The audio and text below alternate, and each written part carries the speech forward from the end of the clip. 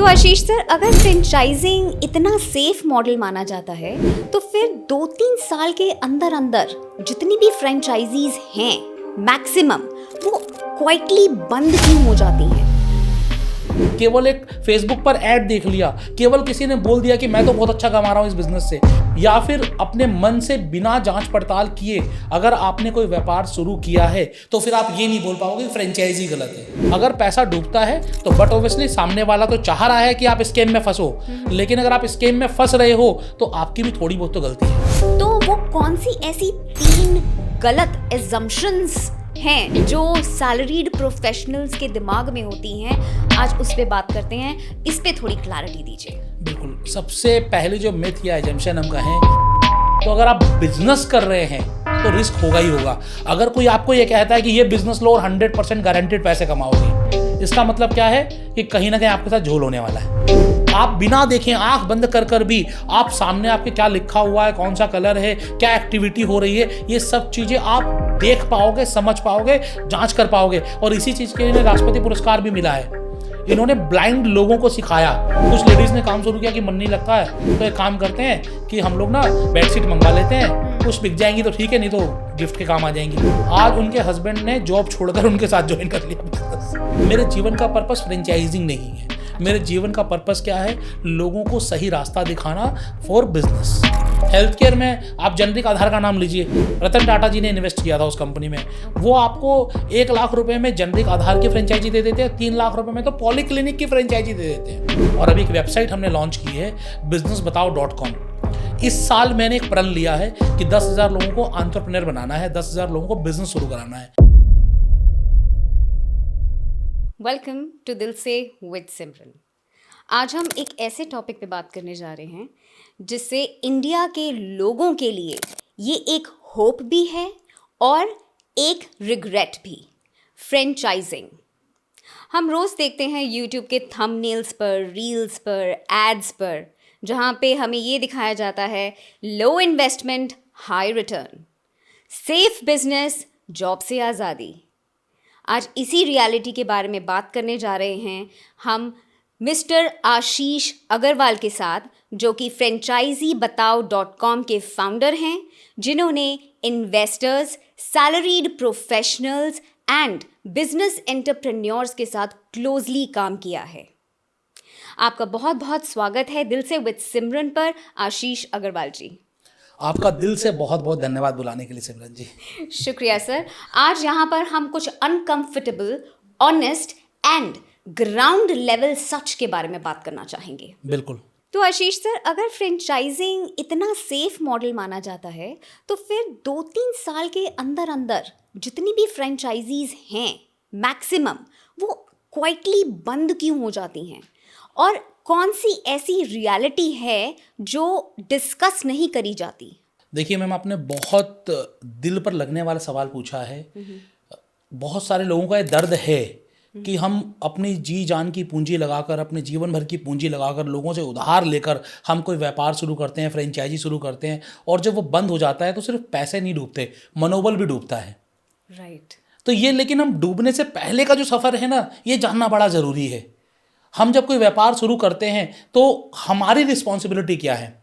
देखिए, हम सामने वाले की रिस्पॉन्सिबिलिटी तो तय नहीं कर सकते, लेकिन हम अपनी तो तय कर सकते हैं जी। सबसे बड़ी चीज़ जो लोगों को नहीं पता है, मैं बता दूं आप लोगों को, little knowledge is very dangerous thing.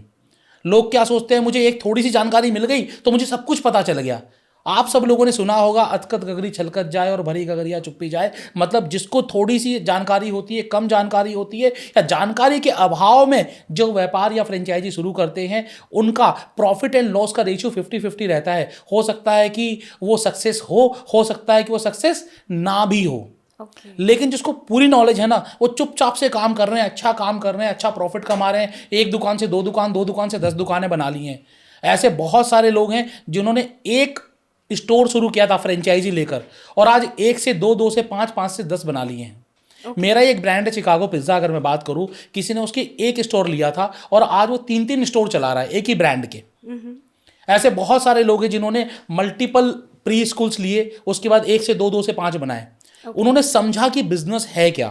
जब आप किसी भी बिजनेस को बिना समझे शुरू करोगे, किसी भी बिजनेस को केवल एक वीडियो देख लिया, केवल एक फेसबुक पर ऐड देख लिया, केवल किसी ने बोल दिया कि मैं तो बहुत अच्छा कमा रहा हूं इस बिजनेस से, किसी से सुनकर, कहीं पर पढ़कर, कोई वीडियो देखकर, या फिर अपने मन से बिना जांच पड़ताल किए अगर आपने कोई व्यापार शुरू किया है, तो फिर आप ये नहीं बोल पाओगे कि फ्रेंचाइजी गलत है।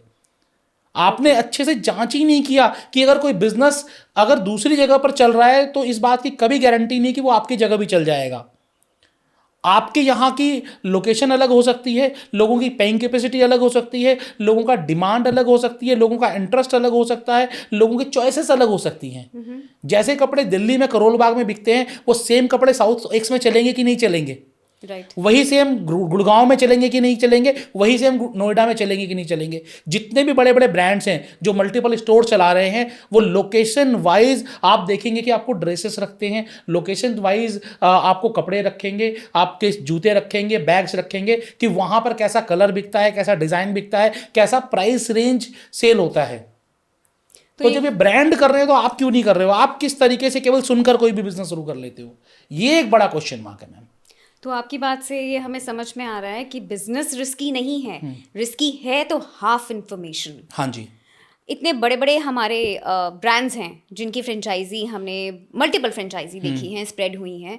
ग्रोसरी फॉर यू हो गया, बिग मार्ट हो गया, और भी बहुत से ऐसे मल्टीपल ब्रांड्स हैं जो खुले हैं और वो बंद होने के कगार तक पहुंच गए हैं। उनके क्या रीजंस हो सकते हैं?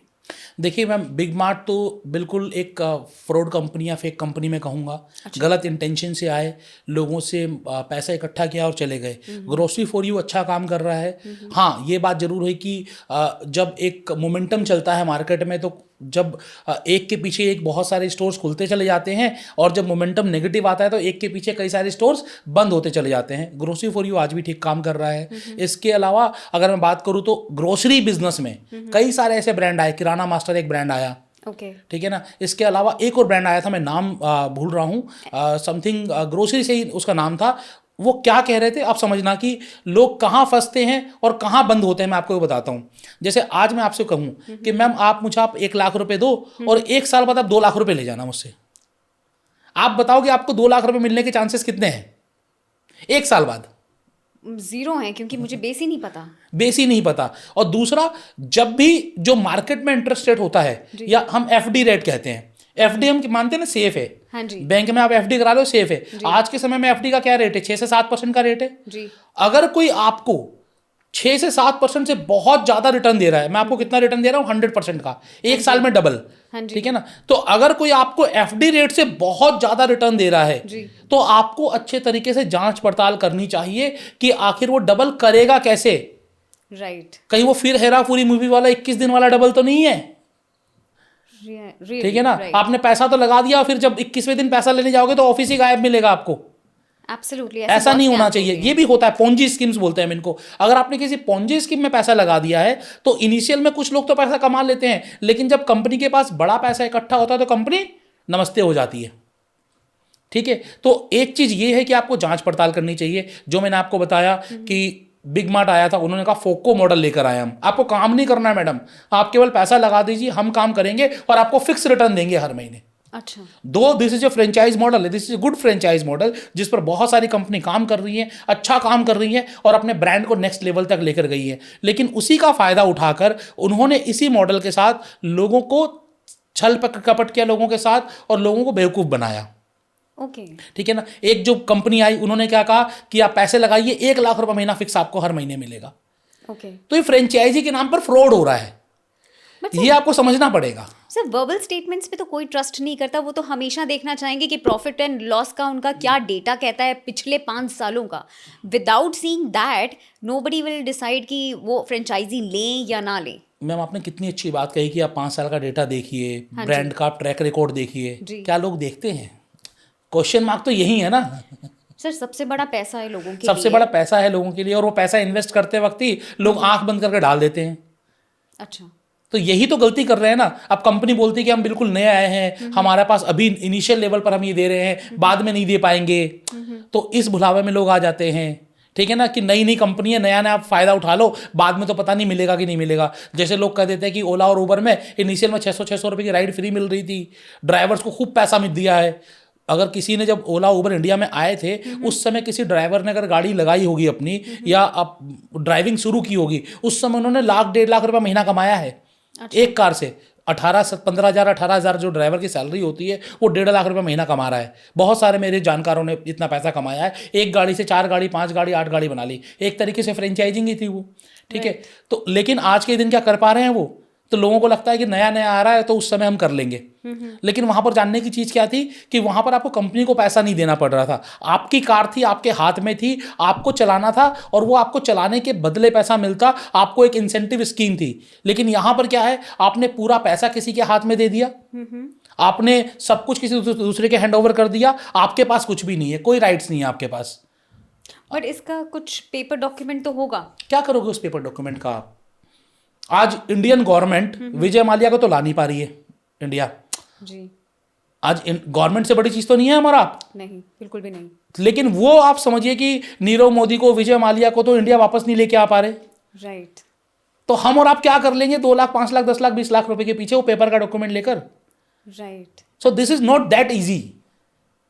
अगर आप साइबर क्राइम में रिपोर्ट कर लोगे, आप उन पे पुलिस केस कर लोगे, आप कोर्ट में जाकर आप सबमिट कर दोगे कि मेरे पास ये चेक है इनके, मेरे पास ये एग्रीमेंट है, इतना ही तो करोगे ना, राइट।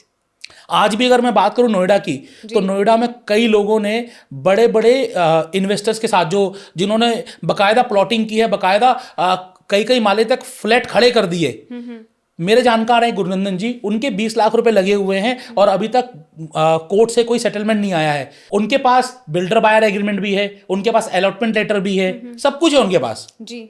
लेकिन अभी तक कोर्ट से कोई सेटलमेंट नहीं आया। आज से 8 साल पहले लगाए थे 20 लाख रुपए और आज जो 50 लाख या 60 लाख का फ्लैट था आज वो 3 करोड़ का हो चुका है, लेकिन उनके हाथ में कुछ नहीं है, हैंड ओवर ही नहीं हुआ है अभी तक, हैंड ओवर ही नहीं हुआ। तो बेसिकली ऐसे तो नोएडा में कितने फ्रॉड हुए हैं प्रॉपर्टीज को लेकर।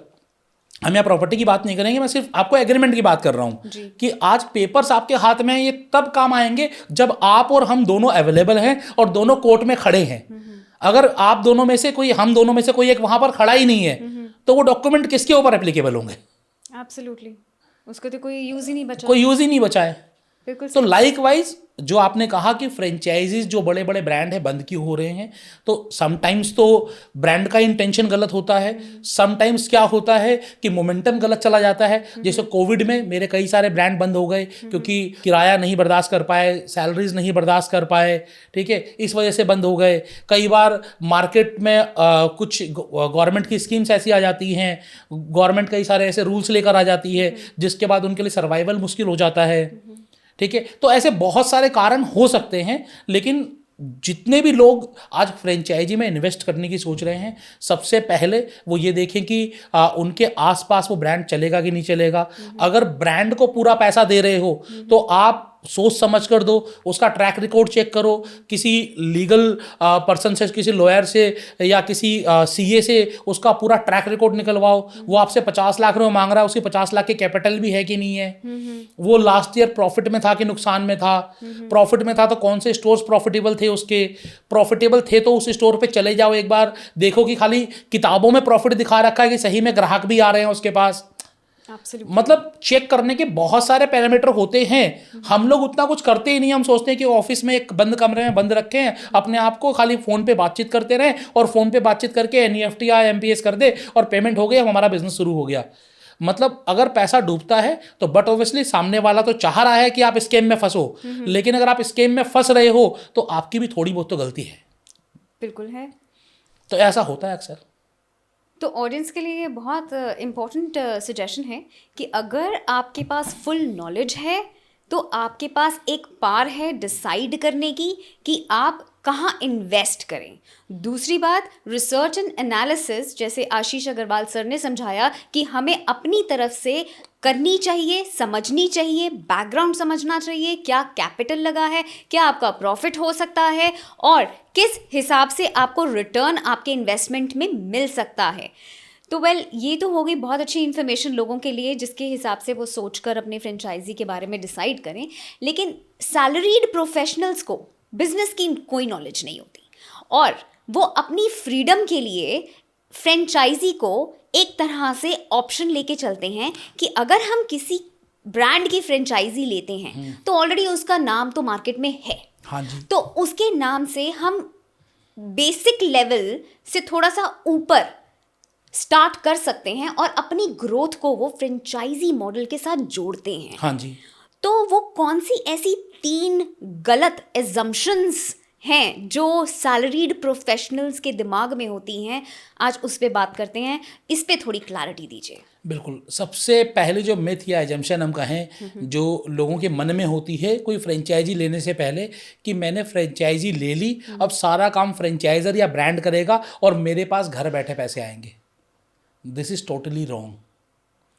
राइट। तो यहाँ पर काम आपको करना पड़ता है। फ्रेंचाइजिंग बिजनेस ही है, बस क्या है कि यहाँ पर आपके पास नो हाउ है, टेक्नोलॉजी है, ब्रांड का नाम है और कुछ कस्टमर्स पहले से आपको मिल जाएंगे क्योंकि ऑलरेडी वो ब्रांड चल रहा है, लोग उसको जानते हैं, उसके नाम से ग्राहक आपके पास पहले दिन से आना शुरू हो जाएंगे। बिल्कुल। लेकिन ये पूरा मिथ है कि आपने फ्रेंचाइजी ले ली, अब आपको कोई काम नहीं करना। काम आपको करना पड़ेगा। This is pure business. Okay. अगर मैं दूसरी बात कहूँ तो लोगों को क्या लगता है कई बार, जैसे ब्रांड क्या कहते हैं कि हम 18 महीने में आरओआई आ जाएगी, 15 महीने में आरओआई आ जाएगी, पहले महीने से प्रॉफिट आना शुरू हो जाएगा। ये भी एक मिथ है कि पहले महीने से ही आप पैसा कमाना शुरू कर दोगे। राइट। आप कोई भी बिजनेस कर रहे हो, भले आप फ्रेंचाइजी ही क्यों ना ले रहे हो, 3 से 6 महीने का वर्किंग कैपिटल आप अपने पास रखो। मतलब आप ये समझो कि 3 से 6 महीने जो वेरिएबल खर्चे आने वाले हैं, रेंट, इलेक्ट्रिसिटी, आपके स्टाफ सैलरी, आप ये समझो कि आपको जेब से देना पड़ सकता है। मैं ये नहीं कहूँगा देना पड़ेगा ही पड़ेगा, देना पड़ सकता है। उतना पैसा आपको अपने पास सेफ रखना चाहिए। ओके। अगर इतना पैसा आपके पास सेफ नहीं है तो आप ये समझिए कि अगर किसी कारणवश बिजनेस में लॉसेस आए तो आप सरवाइव नहीं कर पाओगे। राइट। ठीक है। तीसरा अगर मैं बात कहूं कि एक जो बहुत बड़ा मिथ है लोगों को फ्रेंचाइजिंग को लेकर कि अगर हमें कोई फ्रेंचाइजिंग दे रहा है तो वो पहले दिन से हमें ग्राहक भी देगा, ग्राहक भेजने का काम फ्रेंचाइजर का ही है। ऐसा नहीं है। फ्रेंचाइजी आपको क्या देता है आप ये समझ लीजिए। जो फ्रेंचाइजर ब्रांड है वो आपको अपनी टेक्नोलॉजी देता है, पूरी काम किस तरीके से करना है पूरी एसओपी देता है। ठीक है। आपको अपना ब्रांड नेम देता है, आपको वेंडर कहाँ से मिलेंगे, प्रोडक्ट कहाँ से मिलेगा, ये सारी चीज़ें आपको मिलती हैं। लेकिन ग्राहक हो सकता है कि आपने नई दिल्ली का ब्रांड लिया पटना में, नई दिल्ली में तो उसके पास ग्राहक हैं लेकिन पटना में भी उसके पास ग्राहक नहीं है। बस हुआ क्या कि आपको बिजनेस स्टार्ट करने में सहूलियत हो गई। आज आपको छोटी छोटी चीज़ के लिए मार्केट नहीं भागना पड़ा, फ्रेंचाइजर ने वो सारी चीज़ें एक जगह आपको इकट्ठी करके दे दी और आपका बिजनेस शुरू हो गया। ग्राहक लाने के लिए आपको मार्केटिंग करनी पड़ेगी। राइट। मार्केटिंग का खर्चा जो आप अपने बिजनेस में करते वही मार्केटिंग का खर्च आपको फ्रेंचाइजिंग में भी करना पड़ेगा। अगर आप मार्केटिंग नहीं करेंगे तो आप यकीन मानिए कि धीरे धीरे धीरे आपकी सेल डिप होती चली जाएगी। आपका ग्राफ जे कर्व बनने की बजाय आपका ग्राफ उल्टा यू कर्व बन जाएगा, आप डाउन चले जाओगे। ऑलराइट। तो मेहनत करनी पड़ेगी, बैकअप आपको रखना पड़ेगा, मार्केटिंग आपको करनी पड़ेगी। बिल्कुल। तो ये 3 मेजर टिप्स सैलरीड प्रोफेशनल्स के लिए जो फ्रेंचाइजी मॉडल को बहुत इजी समझते हैं। मेहनत से ही सब कुछ है, नॉलेज से ही सब कुछ है, जिससे कि आप अपना बिजनेस सेटअप कर सकते हैं। तीसरी बात ये है कि जैसे कई फ्रेंचाइजी मॉडल्स हैं जो पेपर में बहुत ही प्रॉफिटेबल लगते हैं बट ग्राउंड लेवल पे वो प्रॉफिटेबल नहीं होते हैं।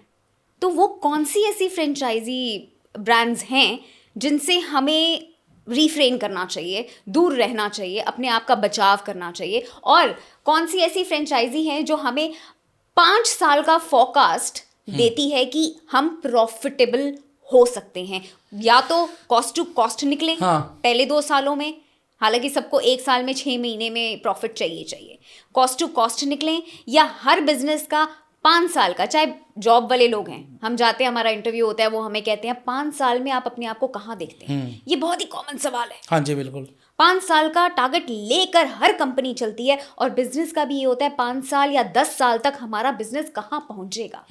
तो इस पर आप क्या कहना चाहते हैं? यहाँ पर मैं थोड़ा सा आपसे डिसएग्री करूंगा। जी बताइए। ऐसा कोई व्यापार नहीं है जो प्रॉफिटेबल नहीं हो सकता। देखिए, जो प्रॉफिटेबल नहीं हो सकता वो व्यापार ही नहीं हो सकता।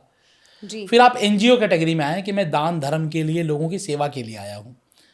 जहाँ शब्द बिजनेस आ गया, व्यापार आ गया, फ्रेंचाइजिंग आ गई, मतलब कि वहाँ पर मुझे पहले दिन से ही पैसा कमाने का सोचना है। हो सकता है पहले दिन पैसा कमा ना पाऊँ, मुझे पहला प्रॉफिट आने में महीना लग जाए, 2 महीना लग जाए, 6 महीने लग जाए, लेकिन हमारा गोल क्या है? प्रॉफिट है। राइट। हम काम उस पैसे के लिए ही कर रहे हैं जो हमें व्यापार के माध्यम से कमाना है। तो हर बिजनेस में आप पूरा पूरा कमा सकते हो। बस होता क्या है कि आइदर हमने उसे सही तरीके से शुरू नहीं किया, हमने जस्टिस नहीं किया उस ब्रांड के साथ, हमने सही मार्केटिंग नहीं की, हम सही लोगों तक नहीं पहुंचे, सही प्राइस पॉइंट नहीं हुआ, या फिर एक और बहुत बड़ी गलती होती है जो मेरे एक ब्रांड के साथ हुई थी, ब्रांड का नाम नहीं लूंगा मैंने किसी को एक चाप वाले की फ्रेंचाइजी खुलवाई।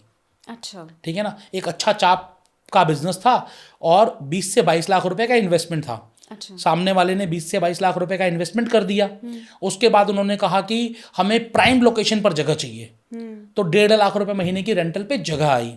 अब कहा कि हमारे पास चाप भी है और उसके अलावा नॉर्थ इंडियन और प्रोडक्ट्स भी हैं, तो हमें अलग अलग चीज़ों के लिए कम से कम 5 शेफ चाहिए और हमें 4 सर्विस बॉय चाहिए, मतलब 8 से 9 लोगों का स्टाफ चाहिए। 25-30 हज़ार एक जो शेफ की सैलरी और 15 से 20 हज़ार रुपये सर्विस बॉय की सैलरी, मतलब अगर हम ज़्यादा कम करें 2 लाख रुपए की सैलरी हो गई। 2 लाख रुपये, 1.5 लाख रुपये, 3.5 लाख रुपये तो इनका रेंट और सैलरी हो गई। 50 हज़ार रुपये का इलेक्ट्रिसिटी बिल और कोई मिसलेनियस एक्सपेंसेस, मतलब 4 लाख रुपये का फिक्स एक्सपेंस हो गया। इसमें रॉ मटेरियल अभी तक इंक्लूड नहीं है, क्योंकि रॉ मटेरियल भी तो लगेगा ना जब बिकेगा तो।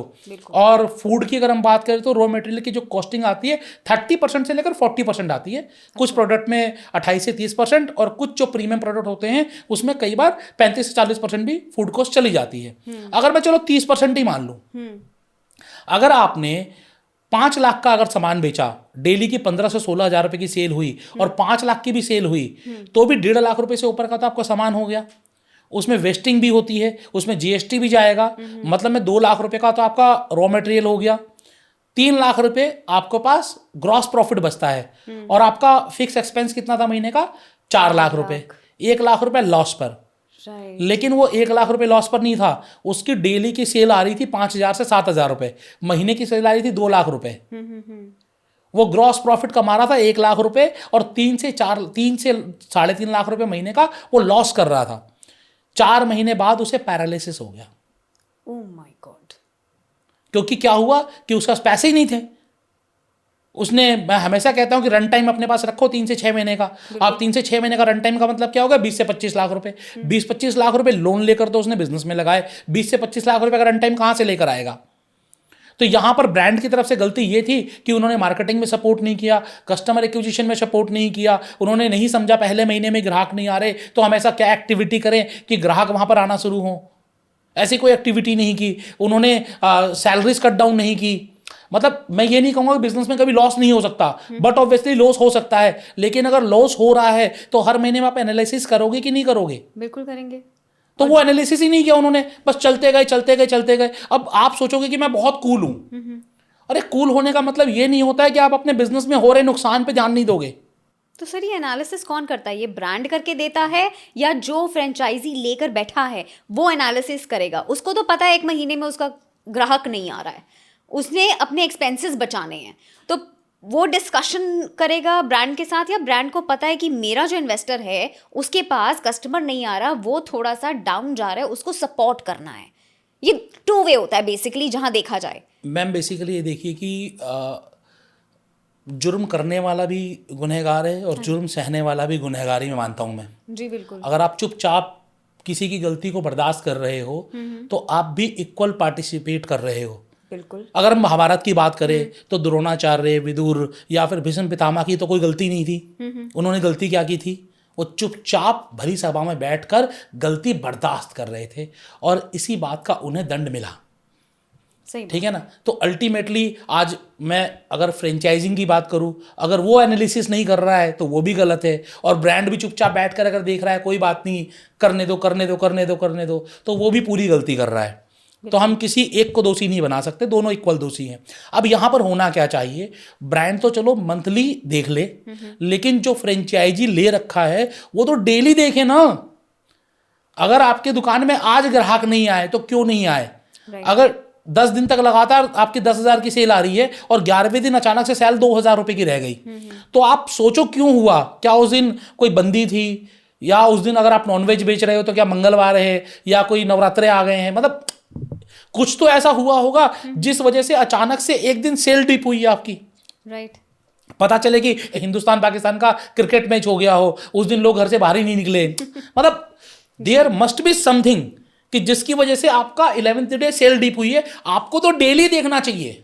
राइट। और अगर पूरे महीने में अगर आप लॉस पे जा रहे हो तो आप ब्रांड को बुलाकर सर पे बैठो उसके, कि भाई मैंने आपकी फ्रेंचाइजी ली है, ओके, ये लॉस में क्यों है? बिल्कुल सही। मतलब आज आपने किसी का ब्रांड लिया तो उसके बदले फ्रेंचाइजी फीस दी होगी आपने जी। आज आप उसका नाम यूज कर रहे हो, तो अगर सेल नहीं आ रही है तो वो आपके साथ बैठ के काम करेगा, मेहनत करेगा आपके साथ, उसकी रिस्पॉन्सिबिलिटी बनती है ना जी। आज अगर वो ब्रांड अचानक से बंद हो जाता है तो ब्रांड पे भी तो ठप्पा है एक, कि भैया इसकी दुकान बंद हो गई। जी।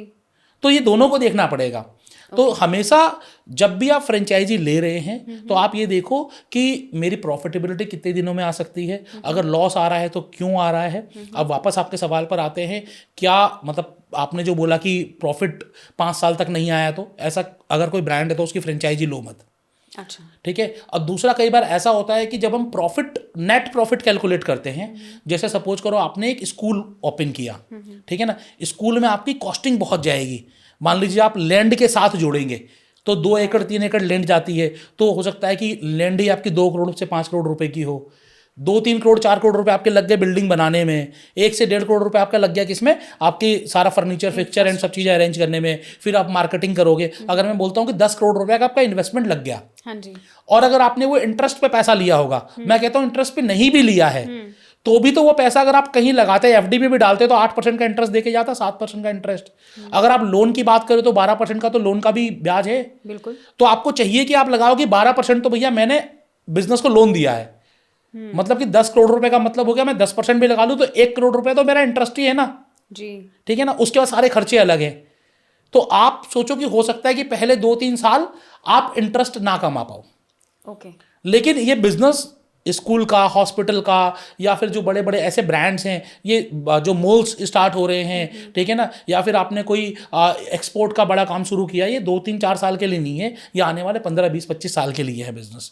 तो यहाँ पर आपको प्रॉफिट, नेट प्रॉफिट हो सकता है लॉन्ग टर्म में आए, लेकिन ग्रॉस प्रॉफिट अगर हम बात करें तो पहले दूसरे साल में आ जाना चाहिए। ओके। तो ये डिपेंड करता है कि बिजनेस की आपकी इन्वेस्टमेंट क्या है। जो छोटे इन्वेस्टमेंट वाले बिजनेस हैं, जहां पर 50 लाख रुपए से कम का इन्वेस्टमेंट लग रहा है, वो पहले 3 से 6 महीने में प्रॉफिटेबल हो जाने चाहिए। ओके। अगर वो नहीं हो रहा है पहले 3 से 6 महीने में प्रॉफिटेबल, तो एक बड़ा क्वेश्चन मार्क है। हाँ, हाई इन्वेस्टमेंट वाला जो बिजनेस है, मान लीजिए आज आपने ज्वेलरी का बिजनेस शुरू किया, आप करोल बाग में जाके देखिए, साउथ एक्स में जाके देखिए, इनका इंटीरियर ही करोड़ में होता है। अगर आप होटल स्टार्ट करेंगे आज तो इंटीरियर और आपका इन्वेस्टमेंट ही करोड़ में जाएगा। बिल्कुल। तो जहां हाई इन्वेस्टमेंट है वहां पर आपका नेट प्रॉफिट आने में समय लग सकता है, लेकिन जहां लो इन्वेस्टमेंट है, अगर वहां पर 3 से 6 महीने में नेट प्रॉफिट नहीं आ रहा है आपको, तो आपको सोचना चाहिए, आपको बातचीत करनी चाहिए, आपको किसी एक्सपर्ट के साथ बैठना चाहिए और समझना चाहिए कि आप बिजनेस में गलती क्या कर रहे हैं या फिर क्या गलत हो रहा है आपके साथ। दोनों चीजें हो सकती हैं। तो जैसे आपने लो इन्वेस्टमेंट के बारे में बात करी, तो अगर किसी के पास 10-15 लाख का बजट हो, ठीक है, और वो कोई फ्रेंचाइजी लेने के लिए सोच रहा है, तो क्या आप उनको मना कर दोगे कि फ्रेंचाइजी ना लें? कोई ऐसा एडवाइस देंगे कि वो अपना खुद का ही ब्रांड खोल लें? कुछ ऐसे एरियाज होते हैं जहाँ पर आप फ्रेंचाइजी के लिए मना कर देते हैं? हाँ, बिल्कुल मना कर देते हैं। कब मना कर देते हैं? देखिए कि जब आपको लग रहा है कि आप सेल्फ सफिशिएंट हो, आपको सारी नॉलेज है जी, ठीक है ना, और मुझे लग रहा है कि आप अपने आप से काम करके ज़्यादा अच्छा कमा पाओगे। अच्छा। तो हम बोलेंगे आप अपना ब्रांड ही कर लो। दूसरा, आप ओवर एम्बिशियस हो।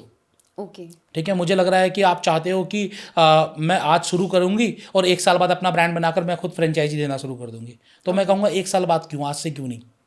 ओके। आज के दिन तो सब चीज़ें आपको रेडीमेड मिल जाती है ना। आज के समय में इंफॉर्मेशन गैदरिंग बिल्कुल आसान है, पीनट से आप बैठिए, चैट जीपीटी करिए या फिर कोई भी एआई टूल लीजिए, आपको सारी जानकारी मिल जाएंगी। आज के दिन वेंडर से कनेक्ट करना बहुत आसान है। आज के दिन अगर आपको कोई भी बिजनेस शुरू करना है, मैं कहूँगा आपको आटा चक्की लगानी है, कितना मुश्किल है, आपको नहीं पता कैसे होता है। बिल्कुल बिल्कुल नहीं पता।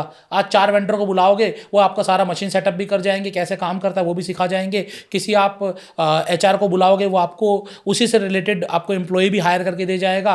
किसी आप बिजनेस कोच को बुलाओगे, वो आपको पूरे बिजनेस की SOP बनाकर दे जाएगा। ओके यही काम फ्रेंचाइजिंग में होता है जी कि वो आपको मशीनरी देते हैं, वो आपको एम्प्लॉय प्रोवाइड कराते हैं, वो आपको पूरा SOP प्रोवाइड कराते हैं। बस एक्स्ट्रा क्या होता है कि वहां पर आपको एक बना बनाया ब्रांड नेम मिलता है, राइट ठीक है ना। और साथ साथ में स्टार्टिंग में क्या लॉसेस किए उन्होंने, वो लॉसेस आज आपको नहीं करने पड़ेंगे। क्योंकि जब भी आप कोई नया बिजनेस शुरू करते हो ना, आप कितने भी एक्सपर्ट्स की मदद ले लीजिए, जी ठीक है ना, उसमें कुछ ना कुछ तो फ्लॉज रह ही जाएंगे, कुछ ना कुछ गलतियां तो होंगी। जब आप शुरुआत करेंगे तो कुछ तो गलतियां आएंगी। जी अब वो गलतियों का नुकसान आप खुद भरपाई कर रहे हो, हम्म लेकिन जब आप फ्रेंचाइजी लेते हो तो उस नुकसान की भरपाई वो ब्रांड कर चुका है। तो मेरे भाई ने धनबाद में एक बिजनेस शुरू किया, रेस्टोरेंट बिजनेस। तो उसको था कि मुझे प्रीमियम शुरू करना है। तो प्रीमियम शुरू करने के लिए उसने क्या किया, कॉफ़ी मशीन, जो ब्रू कॉफ़ी मशीन होती है, जो बीन से कॉफ़ी बनती है, वो उसने मंगवाई, इंपोर्ट की 5 से 6 लाख रुपए की। इसी तरीके से सॉफ्टी मशीन, उस समय बहुत चल रही थी सॉफ्टी, तो सॉफ्टी मशीन उसने मंगवाई 3 से 4 लाख रुपए की। 10 लाख रुपए का इन्वेस्टमेंट कर दिया उसने सॉफ्टी मशीन में और ब्रू कॉफ़ी मशीन में। अब जब आप इन्वेस्टमेंट ज़्यादा करोगे, कॉस्टिंग आपकी ज़्यादा आ रही है, रॉ मटेरियल की कॉस्टिंग, उसके अलावा प्रोडक्ट की कॉस्टिंग, तो आप चार्ज भी हाई करोगे। आपने इंटीरियर में भी पैसा लगाया है, आपका स्टाफ में भी पैसा लगा हुआ है, तो उसने कॉफ़ी 150-200 रुपये की बेचना शुरू की। अच्छा लेकिन धनबाद जैसे इलाके में लोग कॉफ़ी भी 30 रुपये की पीना चाहते हैं, भले ही वो एक्सप्रेसो कॉफ़ी हो, कोई फ़र्क नहीं पड़ता। वो जो 20,000 की मशीन में बन जाती है एक्सप्रेसो कॉफ़ी, जी तो लोग पीना वही चाहते हैं। तो लास्टली हुआ यही कि कॉफ़ी भी आपको हॉट प्लेट पे बननी शुरू हो गई या एक्सप्रेसो बननी शुरू हो गई, और वो 10 लाख की मशीन रखी की रखी रह गई, और आपको कॉफ़ी वो 40 रुपये में बेचनी शुरू करनी पड़ी। और आइसक्रीम्स के लिए आखिरकार उन्होंने फिर 2-3 ब्रांड से टाई अप किया। वो रेडीमेड आता था और वही रेडीमेड आइसक्रीम बिकती थी उनकी 30 से 40% के मार्जिन के ऊपर। अच्छा तो आपका 10 लाख का इन्वेस्टमेंट क्या हुआ, खत्म हो गया। खत्म हो गया। अब 10 लाख रुपए के पीछे आपका पैसा भी लगा है। अगर आपने लोन लेके पैसा लगाया हो तो उस पर आपका EMI जारी होगी, ब्याज जा रहा होगा, ये सब नुकसान है ना। आज अगर कोई नए लेवल पर ये बिजनेस शुरू करे और ऐसी गलती करे तो वो डूब जाएगा ना। अगर सपोज करो उसका कैपिटल ही कम है तो खत्म हो जाएगा वो। बिल्कुल अगर जिस पे, हाँ मेरे ब्रदर के पास था, उनका वो बिल्डर है, उनके पास कैपेसिटी थी कि वो 20-25 लाख रुपए का नुकसान बर्दाश्त कर सकते हैं, तो उन्होंने उसको फिर बिल्कुल चेंज कर दिया सब चीज़ें, और वो फिर उस बिजनेस को चलाने लगे। जी तो लेकिन आज के दिन अगर हम इंडियंस की बात करें, जो हम जितने लोग हैं जो मिडिल क्लास या लोअर मिडिल क्लास हैं, वो 10 लाख रुपये इकट्ठा करना आसान नहीं है आज भी, बिल्कुल सही कह रहे हो आप। ठीक है ना। तो वो 10 लाख रुपए की अगर नुकसान आज पहले दिन झेल जाएंगे तो मतलब कि वो बर्बादी हो जाएंगे, झेल नहीं पाएंगे तो। अगर तो इसलिए फ्रेंचाइजी लेना प्रॉफिटेबल हो जाता है कि वो ऐसा काम करने नहीं देगा, जी ठीक है। अब सेल्स की जहाँ तक बात आई, सेल्स तो आपको खुद से लानी पड़ेगी। अगर आप बिल्कुल नया ब्रांड या ऐसा ब्रांड लेकर आ रहे हैं जो एक एरिया में तो बहुत फेमस है लेकिन दूसरे एरिया में फेमस नहीं है, तो ये सब चीज़ें आपको देखनी पड़ेंगी और समझनी पड़ेंगी कि सेल्स लाने के लिए हम क्या कर रहे हैं, हमने कहाँ इन्वेस्टमेंट किया हुआ है, हमारा ROI क्या है, हमारे फिक्स एक्सपेंसेस क्या है, वेरिएबल एक्सपेंसेस क्या है, किस तरीके से हम ज़्यादा मार्केटिंग करके ज़्यादा ग्राहक लेकर आ सकते हैं। तो ultimately franchising is also a pure business. इसे बिजनेस की तरह करोगे तो आप कमा पाओगे। आप इसे ये सोचोगे कि मैंने कोई एजेंसी ले ली, अब तो एजेंसी वाला ही काम करेगा, मुझे नहीं करना, तो फेल हो जाओगे। बिल्कुल। तो फॉर इस वजह से एग्जाम्पल मेरी एक फ्रेंड है जिसने बहुत ही फेमस डॉक्टर हैं, डर्मेटोलॉजिस्ट हैं, उनकी फ्रेंचाइजी ली है स्किन ट्रीटमेंट्स की, स्किन एंड हेयर ट्रीटमेंट। हाँ जी। अब ये ट्रीटमेंट बहुत फेमस है, हर इंसान की ज़रूरत है, और उसने अपने एरिया में फ्रेंचाइजी लेकर इसका सेटअप कर दिया। आज की डेट में आफ्टर 6 months आई सी कि उसका प्रॉफिट उतना उस हिसाब से नहीं है जितनी उसकी इन्वेस्टमेंट है, और वो कॉस्ट टू कॉस्ट भी नहीं निकल पा रही है। तो इसका क्या रीज़न हो सकता है? मैम बहुत सारे रीज़न होते हैं। पहली चीज़ तो कि आपका जो भी ब्रांड है उसका एरिया ऑफ ओरिजिन क्या है। जैसे सपोज करिए कि कमला नगर का एक कोई ब्रांड है, कमला नगर में तो बहुत अच्छा चल रहा है क्योंकि उस डॉक्टर ने शुरुआत से सेटअप की है। वहाँ पर सेंटिमेंट्स बने हुए हैं लोगों के बीच में। जब भी वो बोलेगा हेयर ट्रीटमेंट कराना है, स्किन ट्रीटमेंट कराना है, कोई भी ट्रीटमेंट कराना है, तो XYZ डॉक्टर पे चलते हैं। हाँ जी। अगर वहीं आपने पटेल नगर में शुरू किया, पटेल नगर में उनका सेंटिमेंट नहीं बना हुआ है अभी, मतलब वहां पर आपके सेंटिमेंट्स आते आते समय लगेगा। और समय कैसे लगेगा कि आज आपने मान लीजिए 1 महीने में केवल 10 लोगों का ट्रीटमेंट किया, 10 लोगों का ट्रीटमेंट अच्छा हुआ, वो जाकर 10 लोगों को और बताएंगे। राइट। मतलब एक जगह पर जहां पर वो ब्रांड शुरू हुआ था, उस इलाके में, उस एरिया में तो लोगों को पता है कि ये बहुत अच्छा है, लेकिन दूसरे एरिया में नहीं पता है। तो नहीं पता होना एक बड़ा कारण है। दूसरा, नहीं प्रॉपर मार्केटिंग करना दूसरा कारण है। तीसरा कारण एक ये भी हो सकता है, क्योंकि वो एक बड़े डॉक्टर है मान लीजिए, तो उनकी प्राइसिंग हाई हो सकती है। राइट। और उसी एरिया में हो सकता है उसे लो प्राइस में सेम ट्रीटमेंट मिल रही हो। अब चूंकि लोग कंपेयर नहीं कर पा रहे कि मैं एक्स वाले पे जाऊं कि वाई वाले पे जाऊं, उनकी नजर में तो दोनों सेम है ना। बिल्कुल। ठीक है, तो आज वो वाई पे चले गए तो आपका बिजनेस तो रह गया। राइट। ये बिजनेस अगर आपका बहुत अच्छा है, आपकी क्वालिटी बहुत अच्छी है, आपके रिजल्ट्स बहुत अच्छे हैं अगर, तो आप अपनी प्रॉपर मार्केटिंग प्लस टेस्टिमनीज के जरिए आप आगे बढ़ा पाएंगे। फिर दूसरा क्या है कि आप प्रमोशंस के लिए क्या कर रहे हैं। एक हो गया मार्केटिंग, जहां पर हम ऐड चला रहे हैं और चीजें कर रहे हैं। दूसरा प्रमोशंस, क्या आप कोई फ्री कैंप लगाते हैं? क्या आप, जैसे आप हेयर की बात कर रहे हैं, तो आपका हेयर की डेंसिटी क्या है, ये आज फ्री में हम चेक करेंगे आपकी हेयर डेंसिटी क्या है। आपका स्कैल्प टेस्ट आज बिल्कुल फ्री होगा। जब आप ऐसा कुछ प्रमोशंस के लिए करेंगे तो लोग आएंगे ना। आप पैसे देकर तो नहीं जा रहे, लेकिन कोई फ्री स्कैल्प टेस्ट हो रहा है, तो हो सकता है वहां पर हेल्दी भी आ जाए लोग। टेस्ट करा ले, चलो मैं टेस्ट ही करा लूँ, मेरा ठीक है कि नहीं है। ठीक है, जब वो वहां पर जाएगा, डॉक्टर से मिलेगा, मशीनरीज देखेगा, इक्विपमेंट्स देखेगा, और वहां पर SOPs देखेगा, काम किस तरीके से हो रहा है, तो उसके दिमाग में उस ब्रांड का नाम तो चला गया। बिल्कुल। अब जब दोबारा आप मार्केटिंग करोगे, फेसबुक में दोबारा आप दिखेगा, फिर दोबारा गया आपके दिमाग में जी। फिर आप जब उसके सामने से गुजरोगे, आपके दिमाग में फिर वो बोर्ड आ रहा है। 5-7 बार अगर आपने एक नाम को देख लिया, और भगवान ना करे फ्यूचर में अगर आपको उसकी जरूरत पड़ी, तो आप सबसे पहले नाम कौन सा आएगा दिमाग में? जो नाम फेमस है। जो नाम फेमस है, या जो नाम आपने बार बार देखा है, जो बार बार देखा है। ठीक है ना, वही नाम आएगा। आपके सबकॉन्शियस माइंड में वो नाम बस गया है। आप कोई पूछेगा मुझे स्किन एंड हेयर ट्रीटमेंट कराना है, तो कहाँ कराऊं? XYZ ब्रांड पे चला जाओ, वहां पर अच्छा होता है ट्रीटमेंट। भले आपने ट्रीटमेंट लिया ही नहीं है, आप केवल एक बार फ्री टेस्टिंग के ले गए थे वहां पर। तो ये सब चीजें आप कर रहे हो कि नहीं कर रहे हो। समटाइम्स लोग ओवर कॉन्फिडेंट होते हैं कि मैंने एक अच्छी फ्रेंचाइजी ले ली है। फ्रेंचाइजी अच्छी होगी, बट ऑब्वियसली अच्छी फ्रेंचाइजी ले ली, अच्छा ब्रांड है, अच्छे डॉक्टर्स हैं, अच्छा सारा काम होता है, लोग अपने आप आएंगे। अरे नहीं आते लोग अपने आप, ग्राहक को बुलाना पड़ता है जी। ग्राहक को बुलाने के लिए मार्केटिंग, प्रमोशंस, रिकॉग्निशंस, बहुत सारी चीजें आपको करनी पड़ेंगी। आप ये सब चीजें क्यों भूल जाते हो? तो हमने बात करी रिसर्च एंड एनालिसिस पे, सबसे पहला पॉइंट हमारा यही हाईलाइट हुआ है। सेकेंडली, जो आप बता रहे हो कि कॉस्ट टू कॉस्ट भी नहीं निकल पा रहे और वो प्रॉफिट में भी नहीं आ पा रहे, ROI भी नहीं आ पा रहा, तो यहाँ पर पता लग रहा है कि आप कॉस्ट मॉडल पे बहुत ज़्यादा एम्फेसाइज कर रहे हैं। तो कॉस्ट मॉडल किस हिसाब से बनाया जाए वो भी आपने एक्सप्लेन किया कि अपना एरिया चेक कीजिए, कितना वहाँ पे अवेयरनेस स्प्रेड है, और किस हिसाब से कौन कौन से एक्सपेंसेस आपको सेटअप करने पड़ेंगे। हाँ, ठीक है, ये क्वाइट हेल्पफुल है हमारे लोगों के लिए। तो research and analysis, cost model, इसके बाद क्या आता है जो लोगों को ध्यान देना चाहिए? देखिए, सबसे ज़रूरी चीज़ क्या है कि आप व्यापार कर रहे हैं, आप कोई बिजनेस कर रहे हैं, आप किसी ब्रांड की फ्रेंचाइजी ले रहे हैं। हाँ जी। तो सबसे पहले आपको क्या देखना चाहिए, 2-3 चीज़ें होती हैं। जैसे आज मुझे अगर कोई फ्रेंचाइजी लेनी हो, ठीक है, तो मैं क्या देखूंगा? पहली चीज़, मेरी ROI निकल कर आ रही है कि नहीं आ रही है। हाँ जी। मतलब मैं कितना पैसा डाल रहा हूँ और मुझे रिटर्न कितना मिलेगा। जी। पहली चीज़ मुझे ये देखना है। बिल्कुल। दूसरा, मुझे क्या देखना है, जो व्यापार मैं करूँगा वो व्यापार मेरे इंटरेस्ट का है कि नहीं है। जैसे कि आज मुझे पब्लिक स्पीकिंग में या टीचिंग में इंटरेस्ट है, ठीक है, तो मुझे क्या चाहिए, कोई एजुकेशन फ्रेंचाइजिंग में जाना चाहिए जी। ठीक है। लेकिन सपोज करिए कि मैंने ले ली कोई स्वीट शॉप की फ्रेंचाइजी, रियली, ठीक है ना। अब वहां पर मैं बैठना ही अपने आप को पसंद नहीं कर पाऊंगा, वहां पर मैं समय नहीं दे पाऊंगा, या फिर मैं अपना पूरा एक्सपर्टाइज नहीं लगा पाऊंगा। मेरा इंटरेस्ट ही नहीं है। इंटरेस्ट ही नहीं है। मैं हमेशा बताता हूं कि आप अपने आप को 3 चीजों में नाप लो। IAS फॉर्मूला बताता हूं, ठीक है ना। I, interest. जिस व्यापार में इंटरेस्ट नहीं है आपका, वो व्यापार आप बहुत लंबे समय तक नहीं कर पाओगे। तो आप या तो इंटरेस्ट है, नहीं तो इंटरेस्ट बना लो। ओके, ठीक है ना। जैसे लव मैरिज हुई है आपकी, तो पहले से आपका इंटरेस्ट है उसके साथ। हाँ, लेकिन अगर अरेंज मैरिज हुई है, इंटरेस्ट नहीं है, तो इंटरेस्ट बना लो, प्यार बना लो उसके साथ, तो आप लंबा चल पाओगे। लेकिन अगर आपने इंटरेस्ट नहीं बनाया, तो फिर किसी डिवोर्स लॉयर को आपको हायर करना पड़ेगा। बिल्कुल, वेरी गुड, ठीक है ना। तो A stand for ability, right. ठीक है ना। अब मैंने तो कर लिया, अच्छा सपोज करो कि मैंने क्या किया कि एक एजुकेशन फ्रेंचाइजी ले ली जी। और मैंने क्या किया एनईटी या आईआईटी जेई की ले ली। अच्छा। अब मैं कॉमर्स का स्टूडेंट, अपने को आता क्या धंधा, क्या लगाया क्या कमाया, जी।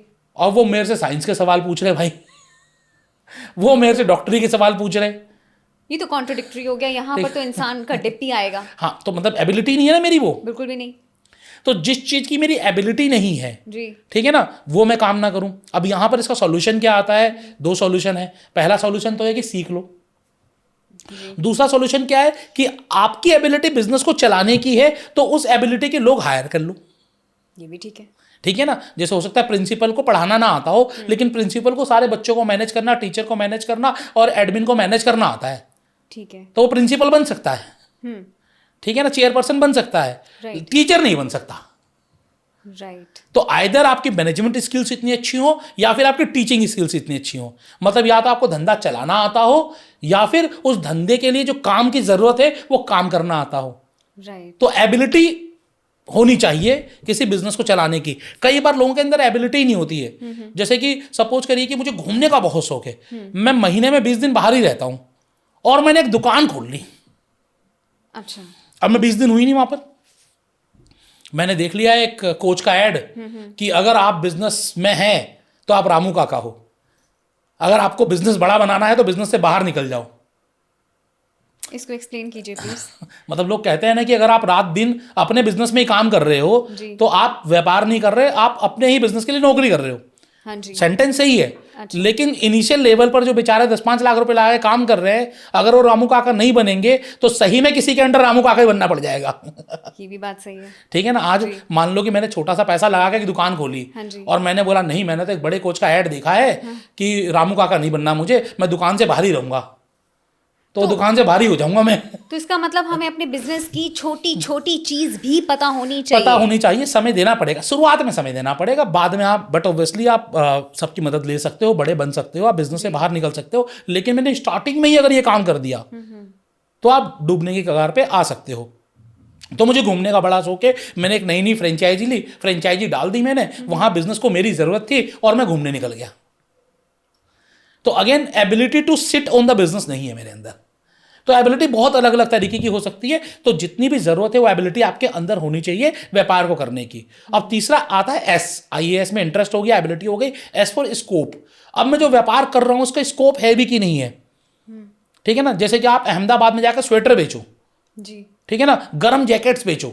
जी। अहमदाबाद गर्म प्रदेश है, वहाँ पर गर्मी ज़्यादा होती है। अभी सर्दी के मौसम में जहाँ पर हम अभी रजाई उड़ के रह रहे हैं, हीटर लगा के रह रहे हैं, अहमदाबाद में अभी भी लोग हो सकता है तो टी शर्ट में घूम रहे हो। मतलब किसी गर्म प्रदेश में आपने स्वेटर बेचना शुरू कर दिया, वहाँ पर लोग खरीदने आएंगे क्या? क्यों आएंगे? ठीक है ना, वंस इन ए वाइल अगर उन्हें कहीं बाहर जाना है घूमने के लिए ठंडे प्रदेश में तो हो सकता है, लेकिन आज वो भी लोग क्या करेंगे, अमेजन से मंगा लेंगे, फ्लिपकार्ट से, मंत्रा से मंगा लेंगे, जी। दुकान नहीं ढूंढेंगे।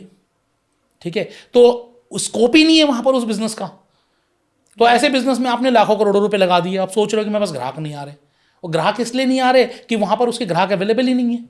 बिल्कुल सही। तो आप ये देखो कि आपका इंटरेस्ट होना चाहिए व्यापार में, आपकी एबिलिटी होनी चाहिए उस बिजनेस को रन करने के लिए, और लास्टली उस बिजनेस का स्कोप होना चाहिए। अगर आप ये चीजें नहीं देख रहे हो और कोई भी फ्रेंचाइजिंग केवल और केवल सुनकर, देखकर और बिना जानकारी के ले रहे हो, तो फिर लास्टली आपको यही कहना पड़ेगा फ्रेंचाइजी बिजनेस तो फेल हो जाते हैं, फ्रेंचाइजी बिजनेस तो बेकार है। ठीक है ना। तो गलती कहाँ हो रही है? गलती यहाँ हो रही है कि हमने जांचा नहीं, परखा नहीं, देखा नहीं, अपने आप को उसके साथ फिट नहीं किया। ठीक है ना।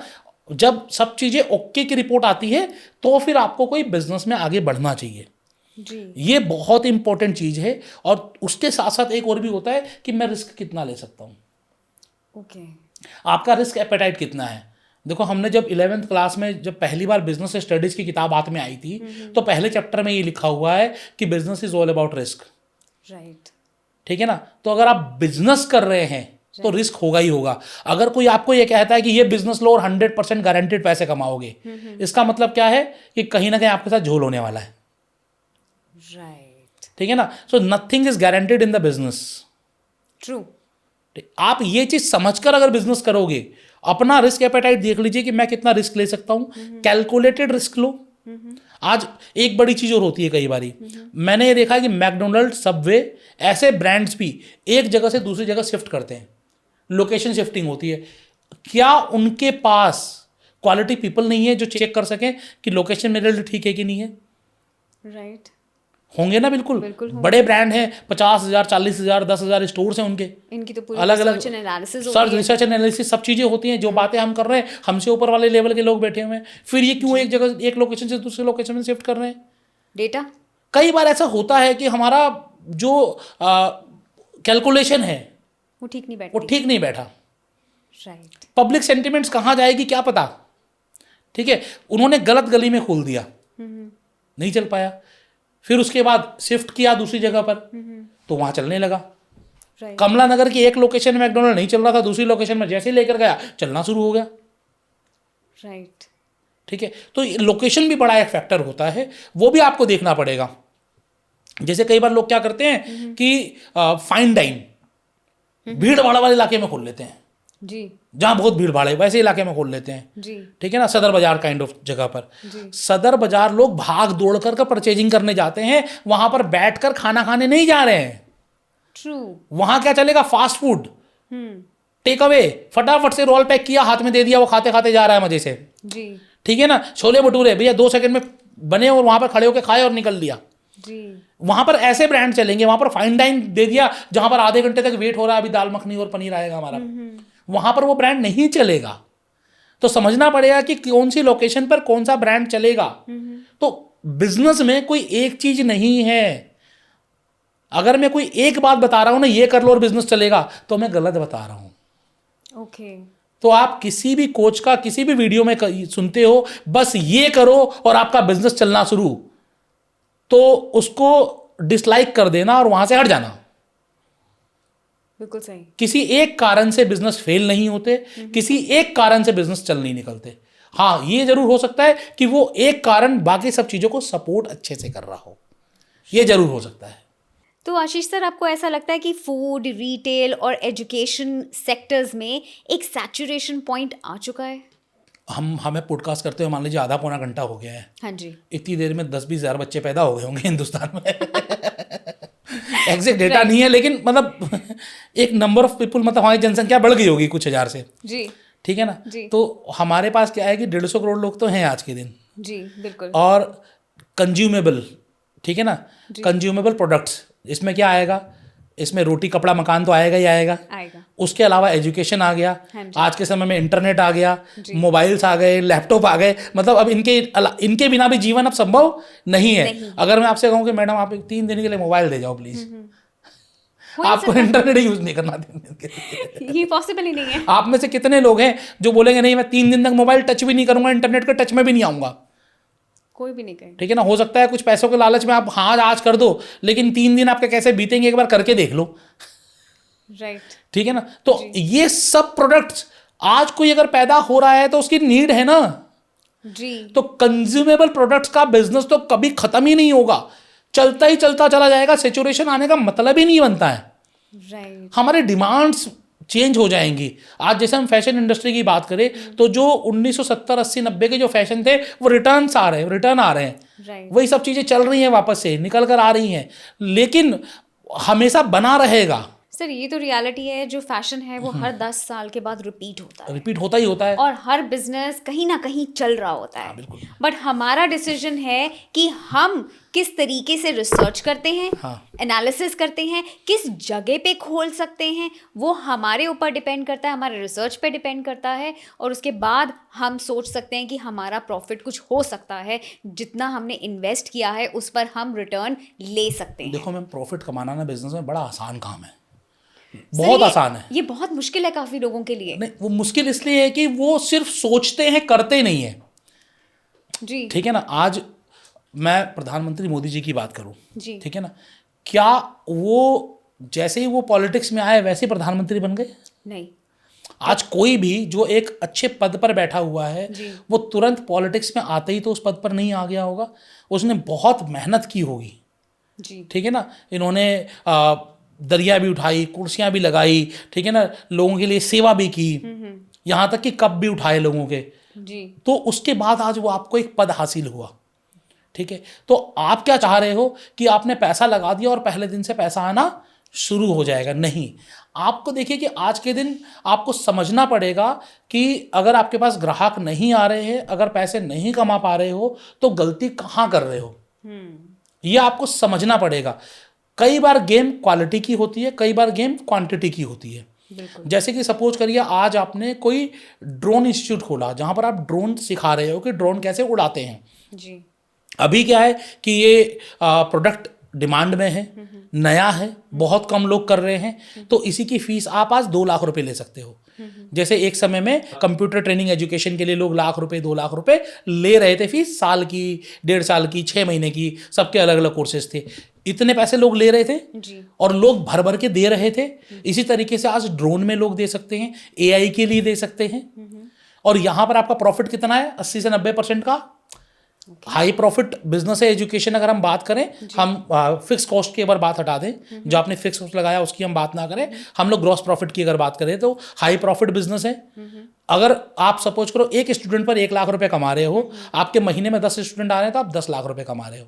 राइट। ठीक है, ये आपकी क्वालिटी हो गई। राइट। अब वहीं पर आज पल्स कैंडी है जी। 1 रुपए की तो कैंडी है, हाँ जी। उसको बेच के कितना कमा लेता हो? कोई 10 पैसे मान लीजिए, 10% का प्रॉफिट है, लेकिन वो कितना बिक रहा है? वो 2 करोड़ टॉफी हर महीने बिक रही है सपोज करो जी। तो वो 20 लाख रुपए कमा रहा है, 10% कमा रहा है तो 20 लाख रुपए कमा रहा है। मतलब वो क्वांटिटी का प्रॉफिट है और एक जगह क्वालिटी का प्रॉफिट है। तो आपको ये देखना है कि आपका जो बिजनेस है वो क्वालिटी के लिए है या क्वांटिटी के लिए है। क्वालिटी के लिए है तो आपकी मार्केटिंग स्ट्रेटेजी बिल्कुल अलग होगी, क्वांटिटी के लिए है तो आपकी मार्केटिंग स्ट्रेटेजी बिल्कुल अलग होगी। क्वांटिटी के लिए है तो आपको टीवी पर भी दिखना है, होर्डिंग पर भी दिखना है, ऑटो के पीछे भी दिखना है, ठीक है ना, पेपर में भी दिखना है, हर जगह आपको नजर आना पड़ेगा, तभी तो आप क्वांटिटी तक पहुंचोगे।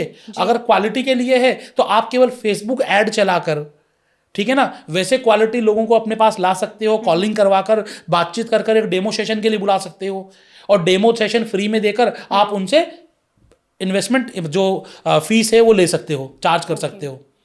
जैसे डिजिटल मार्केटिंग के लिए हमने किया जी, ठीक है, हमने सिर्फ फेसबुक ऐड चलाया, बहुत सारे इंस्टीट्यूट ऐसे ही करते होंगे, सिर्फ फेसबुक ऐड चलाया और लिख दिया कि free demo class on this day.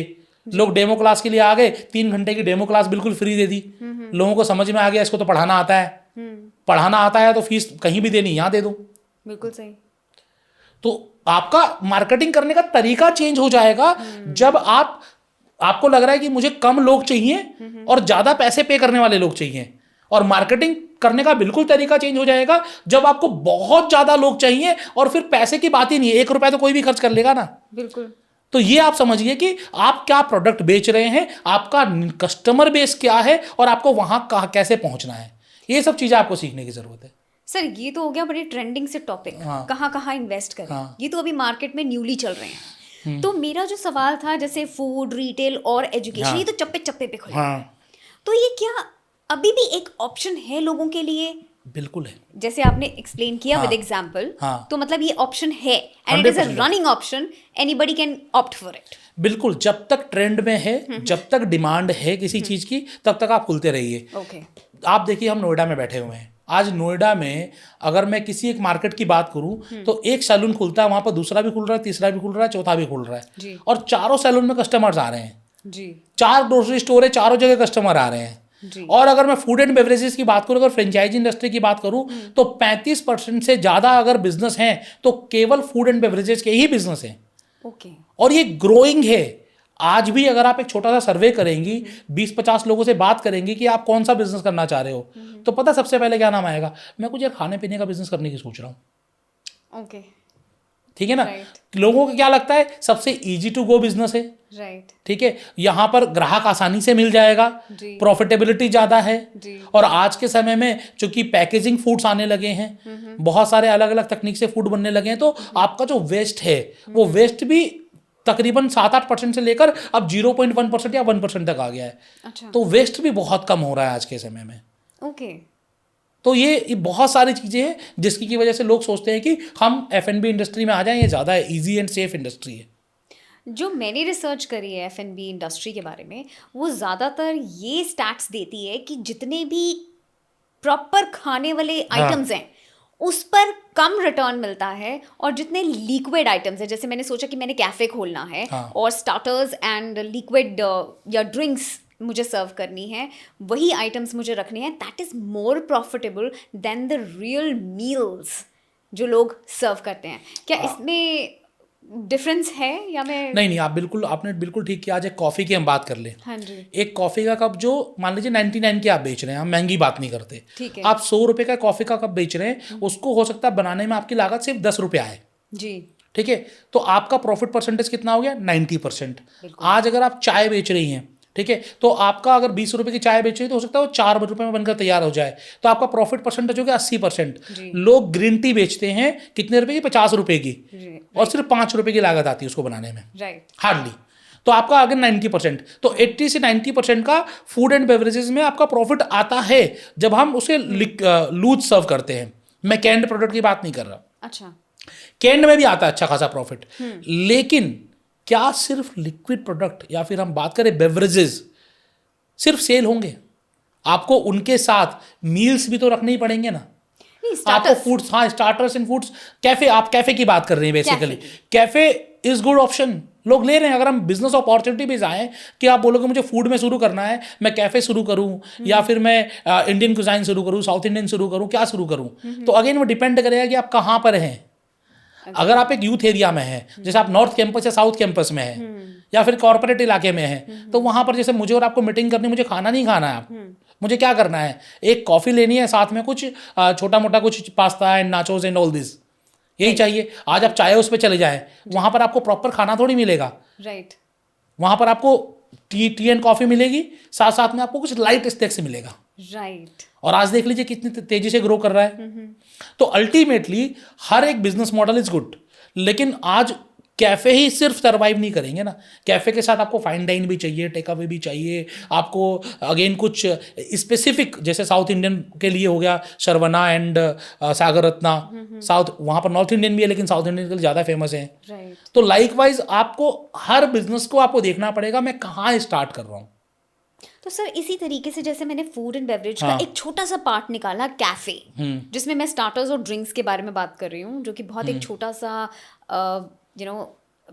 पूरा छोटा सा पार्ट है जिसको मैं जिसके साथ मैं सर्विस शुरू करना चाहती हूँ। बिल्कुल। तो आप कौन से ऐसे फ्रेंचाइजी हैं जो एक छोटे से कैपिटल में हम डबल का रिटर्न हो सकता है, एक्सपेक्ट कर सकते हैं। हो सकता है मैं थोड़ा ज़्यादा रिटर्न के लिए बोल रही हूँ, लेकिन आप इसमें एक्सपर्ट हैं, तो अगर मुझे डबल का रिटर्न चाहिए बिल्कुल चाहिए, और मुझे ऐसा कोई बिजनेस चाहिए, ऐसी कोई फ्रेंचाइजी की सपोर्ट चाहिए, तो आप मुझे क्या एडवाइस करेंगे?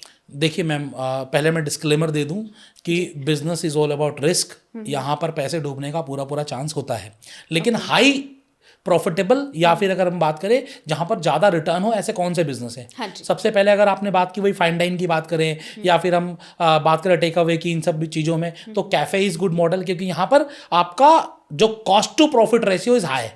ओके। तो मैं जो बिजनेस बता रहा हूँ वो ये बता रहा हूँ जहाँ पर कॉस्ट टू प्रॉफिट रेशियो ज़्यादा है आपका, ठीक है ना। तो पहला तो कैफे हो गया। दूसरा हम बात करें बच्चों के कपड़ों का बिजनेस, अच्छा, ठीक है ना, लागत कम आती है, प्रॉफिट ज़्यादा आता है। आज अगर आप अपने लिए ब्लेजर लेने जाओगे तो हो सकता है कि आपको 1000 रुपये में, 1500 रुपये में मिल जाए। मैं बहुत बड़े बड़े ब्रांड की बात नहीं करता, लेकिन मार्केट में जाओगे तो आपको मिल जाएगा। लेकिन आज वहीं पर उसी दुकान में आप बोलोगे कि 5 साल का बेबी है उसके लिए दे दो, तो हो सकता है वही ब्लेजर जहाँ कपड़ा कम लग रहा है, सिलाई कम लग रही है, चीज़ें कम लग रही है, सेम ब्लेजर आपको 3000 का मिलेगा। मेहनत उतनी है ना, मेहनत उतनी नहीं, आपके लिए मैं बोल रहा हूँ, आपके लिए तो आ रहा है 1000 या 1500 रुपये का, हाँ, ठीक है ना, और वही बेबी के लिए आ रहा है 3000 रुपये का। डबल का प्राइस हो गया, डबल का प्राइस हो गया, तो प्रॉफिट बढ़ गया ना। मैं कॉस्ट टू प्रॉफिट की बात कर रहा हूँ। हाँ जी। क्योंकि आज के दिन क्या है कि बच्चों के कपड़े तो लोगों ने खरीदना ही खरीदना है। हो सकता है कि मैं इस ब्लेजर में 3 साल निकाल दूं, 4 साल निकाल दूं, लेकिन क्या मेरा बच्चा सेम कपड़े में 1 साल भी निकाल पाएगा? नहीं, क्योंकि उसकी तो ग्रोथ हो जाएगी। बिल्कुल, ग्रोथ होगी तो मुझे कपड़े नए लाके देने पड़ेंगे, और कपड़े नए लाके देना मेरी जरूरत है, नीड है। तो कोई भी नीड बेस्ड प्रोडक्ट आप ढूंढ लो, ओके, ठीक है ना। जहां नीड बेस्ड प्रोडक्ट होंगे या डिमांड बेस्ड प्रोडक्ट होंगे, वहां पर आपका cost to profit ratio high होगा। राइट। तो बच्चों के कपड़े में आपको अच्छा प्रॉफिट मिलने वाला है, वो बिजनेस आप कर सकते हो। आज के समय का ट्रेंड क्या है? एआई, ठीक है ना, ड्रोन, जी। जो मैंने बात की, इसकी स्किलिंग सेंटर्स आप स्टार्ट करिए। आपका स्टार्टिंग में इन्वेस्टमेंट कम लगेगा और प्रॉफिटेबिलिटी ज़्यादा आएगी। जैसे एक समय में मैं आप लोगों से जुड़ा हुआ बिजनेस बताता हूँ, नेल आर्ट का बिजनेस। हाँ जी। आज से 7-8 साल पहले की बात करें तो बिल्कुल नया नया आया था। जी। ठीक है ना, उस समय कितने महंगे हुआ करते थे और लोगों को कितना शौक था। आज तो हर दूसरा ब्यूटी पार्लर पे आपको नेल आर्ट मिल जाता है, बिल्कुल मिल जाता है। पहले नहीं मिला करते थे। ठीक है ना, तो जब कोई बिजनेस एंटर ही हुआ है, कोई बिजनेस नया नया आया ही है, ठीक है, जैसे अभी एआई की बात कर रहा हूँ, ड्रोन की बात कर रहा हूँ, ऐसे जो बिजनेस है स्किलिंग सेंटर्स अभी बहुत कम हैं। अच्छा। तो अभी अगर आप इसमें एंटर करोगे तो आपका cost to profit ratio high आएगा। तो मतलब स्किल्स सिखाने के स्किल लिए, सिखाने का, बिल्कुल, आइदर स्किल सिखाने का, और दूसरा इसी का कोई सेल्स बेस्ड प्रोडक्ट बनाकर आपको बिजनेस को या फिर एंटरप्रेन्योर्स को या सर्विस प्रोवाइडर्स को आपको सर्विस देने का बिजनेस, ये भी चलेगा। तो यहां पर भी कॉस्ट टू प्रॉफिट रेशियो आपका बहुत अच्छा आएगा। और अगर मैं लास्टली अगर बताऊं आपको, तो आप कोई बिजनेस ऐसा करो जहां पर आप सर्विस प्रोवाइड कर रहे हो। मतलब आज अगर हम ऑनलाइन प्रोडक्ट्स, अगर हम कुछ ऑनलाइन सर्विसेज दें, जैसे आज अर्बन क्लिप ने बनाया, जैसे आप अमेजन ने बनाया, ठीक है ना, अगर आप कुछ ऐसा सॉल्यूशन बेस्ड प्रोडक्ट बना सकते हो, जैसे अभी एक मैं बात करूं, एक ऐप आई है प्रोंटो, अगर आपने नाम सुना हो, जहां पर आपको मेड मिल जाती हैं तुरंत। आपने बुक किया और 15 मिनट में आपके पास मेड आ जाएगी। कौन सी ऐप है ये? प्रोंटो ऐप है, सब जगह हो सकता ना हो। तो आप समझिए कि आपने बहुत सारे लोगों की बड़ी प्रॉब्लम को सॉल्व किया कि अगर आपके घर में काम वाला या काम वाली नहीं आई है, तो आपको तुरंत अगर हेल्प की ज़रूरत है या फिर कोई काम ज़्यादा हो गया है, आपको एक सर्विस पर्सन की ज़रूरत है, तो प्रोंटो से आप तुरंत अपनी रिक्वायर्ड सर्विस को चूज करिए और आपके पास एक हेल्पर आ जाएगा। वाओ, ठीक है ना, तो आप समझिए क्या आप कुछ ऐसा नया सोच सकते हैं। आप समझिए कि ऐसे क्या प्रोडक्ट हैं या ऐसा कौन सा बिजनेस है जो आपको लग रहा है कि लोगों की जिंदगी में वैल्यू एडिशन करेगा। जी। ठीक है ना, लोगों की जिंदगी को आसान बनाएगा। जी। आपको ज्यादा कंफर्टेबल बनाएगा। जी। आज के समय में लोगों को पॉडकास्ट चैनल शुरू करना है, अपने प्रोडक्ट शूट कराने हैं, या फिर अगर मैं बात करूं तो यूट्यूब पर, इंस्टाग्राम पर अपने आप को लेकर आना है। अब उनके लिए क्या दिक्कत है, एक्सपर्ट्स की टीम नहीं है उनके पास कोई समझाने वाला नहीं है, या फिर कई बार आता है लेकिन फिर भी एक सपोर्ट चाहिए होता है किसी का। जी। ठीक है, तो वो नहीं है किसी के पास, इक्विपमेंट्स नहीं है। तो अगर आप ऐसे स्टूडियोज खोलेंगे अपने नियर बाय कहीं, तो आपको बहुत सारे लोग मिल जाएंगे जो आज ऑनलाइन आना चाहते हैं, सिर्फ एक हिच से नहीं आ पा रहे हैं कि मेरे को कोई सपोर्ट करने वाला नहीं है। ओके। ये एक बड़ी हिच होती है लोगों के बीच में। ठीक है ना, तो वो आप सपोर्ट देकर भी पैसे कमा पाओगे। जी। वन टाइम इन्वेस्टमेंट और लाइफ टाइम इनकम। तो यहां पर भी cost to profit ratio higher है। ठीक है ना, तो आप ऐसे बिजनेस कोई भी करें जहां पर लोगों की नीड है, डिमांड है। ठीक है ना, आप लोगों की लाइफ में वैल्यू एडिशन कर रहे हो, या फिर अभी नया नया कोई बिजनेस आया है। ओके। ठीक है ना, और आपको लग रहा है कि ये आगे तक जाएगा, तो एंट्री लेवल पर अगर आपने ज्वाइन कर लिया किसी बिजनेस को, तो आप अच्छा पैसा अर्न कर लोगे उसमें। चलिए, ये तो हो गया इन्वेस्टर्स के लिए, सैलरीड प्रोफेशनल्स के लिए और बिजनेस एंटरप्रेन्योर्स के लिए, जिनके पास बहुत से ऑप्शंस हैं और बहुत तरीके से वो सोच सकते हैं। IAS फॉर्मूला को फॉलो करें, कॉस्ट इफेक्टिव मॉडल बनाएं, रिसर्च एनालिसिस करें। आप देखिए आपका पैसा कहाँ लग रहा है, आपका पैसा सेफ जगह लग रहा है, आपको रिटर्न मिल रहा है, उस हिसाब से डिसाइड कीजिए। नहीं तो आप आशीष अग्रवाल को कभी भी कांटेक्ट कर सकते हैं और आपको भरपूर एडवाइस मिल सकती है अपने फ्रेंचाइजी के बिजनेस को डिसाइड करने के लिए। तो वेल सर, ये तो हो गया इन लोगों के लिए जो ऑलरेडी बिजनेस कर रहे हैं, सैलरीड प्रोफेशनल्स हैं। अब हम बात करते हैं जो वुमेन हाउसवाइफ्स हैं। There are so many people. आज भी कई लेडीज़ हैं जो अपना काम शुरू कर चुकी हैं, करना चाह रही हैं और सोच रही हैं। तो उनके लिए बहुत फीजिबल एडवाइस दीजिए, कम पैसे में अपना बिजनेस कैसे शुरू करें और कौन सा बिजनेस वो शुरू कर सकते हैं। हर किसी का अपना अपना इंटरेस्ट है, जैसे आपने एक फॉर्मूला बताया। तो उसके हिसाब से जो अभी ट्रेंड में चल रहा है और आपको लगता है कि कोई ऐसा बिजनेस है कि उसमें ज़्यादा माथापीची नहीं है, बट देखिए हर बिजनेस में होती है। हाँ, बिल्कुल। बट उनके लिए थोड़ा एक इजी ऑप्शन है, तो क्या कौन से हो सकते हैं? आपने नीलोन्स अचार का नाम सुना है? किसका? नीलोन्स अचार। हाँ अचार। जी, हाँ जी। 500 करोड़ की कंपनी बन चुकी है, 500 करोड़। वाह। तो लोगों को लगता है कि अचार का बिजनेस तो क्या ही बिजनेस है। हाँ जी। और ये आज भी अगर हम ऑर्गेनाइज सेक्टर की बात करें तो 1000-1500 करोड़ का होगा। अनऑर्गेनाइज अगर हम बात करें, जहां पर आम आदमी जो, अगर हाउसवाइफ्स की बात करूं जो बनाकर बेच रही हैं, वो 10,000 करोड़ से ऊपर का है। अच्छा। मतलब अभी भी 90% मार्केट अनऑर्गेनाइज्ड ही है। ओके। तो आज ऐसे बहुत सारे लोग हैं जो अपने इंटरेस्ट के हिसाब से, अगर मैं हाउसवाइफ्स की बात करूं या फिर कोई भी, आज के दिन में मुझे क्या लगता है ना, हाउसवाइफ परिभाषा गलत है। Right, I agree with you, ठीक है ना। एब्सोल्युटली। तो आप आदमी भी घर पे रह के काम करना चाह रहे हैं, हाँ जी, work from home. Work from home करना चाह रहे हैं। जी। समटाइम्स आप नहीं चाहते कि मेरे सर पे लाइबिलिटी आए, हस्बैंड वाइफ दोनों मिलकर घर से काम करना चाह रहे हैं। जी। तो anybody who would like to work from home, मैं उनके लिए कहूँगा, क्योंकि मैं स्त्रियों का बड़ा सम्मान करता हूँ। और आज देख लीजिए ऑपरेशन सिंदूर हुआ तो पूरा का पूरा ऑपरेशन 2 नारियों ने संभाला। जी, ठीक है ना। बिल्कुल। और ऐसे हजारों एग्जाम्पल मिल जाएंगे आपको जहाँ पर आज स्त्रियाँ पुरुष से आगे बढ़कर काम कर रही हैं। बिल्कुल। तो इसलिए विद ड्यू रिस्पेक्ट, जो लोग घर से काम करना चाहते हैं, हाँ जी। ठीक है ना, तो उन लोगों को काम क्या करना है। सबसे पहली बात तो ये है कि अगर आपके अंदर कोई काबिलियत है, आप ढूंढो कि आपको क्या अच्छा बनाना आता है। जैसे मैं अपनी बात करूं, मुझे पाव भाजी अच्छी बनानी आती है, कभी इनवाइट करूंगा आपको पाव भाजी पर। जी, बिल्कुल। मुझे पाव भाजी अच्छी बनानी आती है, इसके अलावा मुझे कुछ भी नहीं आता। अच्छा, तो मेरे पास कोई बिजनेस बचता है क्या? एक्सपर्टीज तो आपकी पाव भाजी होगी। पाव भाजी में है ना एक्सपर्टीज। जी। तो भाई दो तरीके हो सकते हैं। पहला, मैं किसी न किसी मोहल्ले में रह रहा हूँगा, किसी सोसाइटी में रह रहा हूँगा, जी। 100-200-500 घर होंगे वहाँ पर। जी। मैं यही बोल दूं कि भैया रोज शाम को 4 से 8 बजे तक आपको पाव भाजी आपके घर पर डिलीवर्ड मिल सकती है। ओके। क्या पर्चे बनवा के बंटवाना है? और आज पर्चे का सिस्टम क्या हो गया, कैनवा पे पोस्टर बना लो और व्हाट्सएप पर स्टेटस लगा लो, या व्हाट्सएप से लोगों तक पहुंचा दो। जिस सोसाइटी में रह रहे हो उस सोसाइटी में बैनर लगवा दो। ये सब चीजें कर सकते हो आप। जी, बिल्कुल ठीक है ना। कर सकते हैं। या फिर तीसरा चीज क्या कर सकते हो कि आप बोलो कि आज फ्री पाव भाजी पार्टी है, एक बार इन्वेस्टमेंट कर दो 2-4 हज़ार रुपए की, लोग टेस्ट करने आएंगे, अच्छा लगेगा तो दोबारा ऑर्डर करेंगे। बिल्कुल करेंगे। ठीक है। तो आपने लोगों तक ये बात पहुंचा दी कि आपको पाव भाजी मिलती है। राइट। ठीक है ना। तो आपको क्या खाना बनाना आता है, मैं सिर्फ ये बोलना चाह रहा हूं, इट्स नॉट अबाउट पाव भाजी। आपको अगर कुछ भी खाना बनाना आता है तो आप केवल एक प्रोडक्ट से, अगर आपको केवल राजमा चावल आते हैं, अगर आपको केवल पराठे आते हैं, अगर आपको केवल पोहा आता है, ठीक है ना, तो ऐसे बहुत सारे लोग कनेक्ट कर पाएंगे मुझसे जिन्होंने एक प्रोडक्ट से बिजनेस शुरू किया और आज लाख रुपए से ज्यादा महीने का कमा रहे हैं।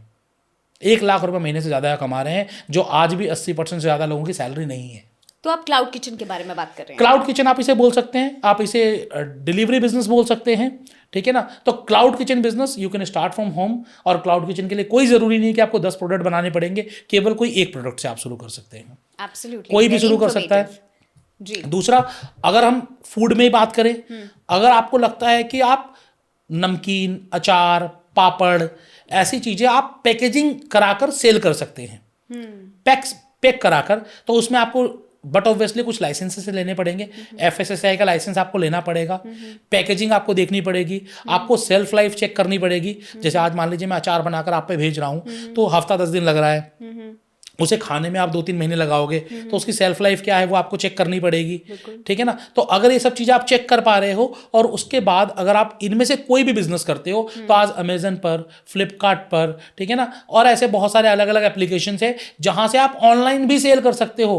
और आप अपने लोकेशन पर, अगर आप किसी गाँव में भी है ना, तो उस गाँव में बैठकर आप पूरे हिंदुस्तान में या नहीं पूरे वर्ल्ड में अपने प्रोडक्ट को टेस्ट करवा सकते हो लोगों को, या फिर सेल कर सकते हो और अच्छा प्रॉफिट कमा सकते हो। कोई झंझट ही नहीं है आपको कि दुकान खोलनी है, घर से काम करो।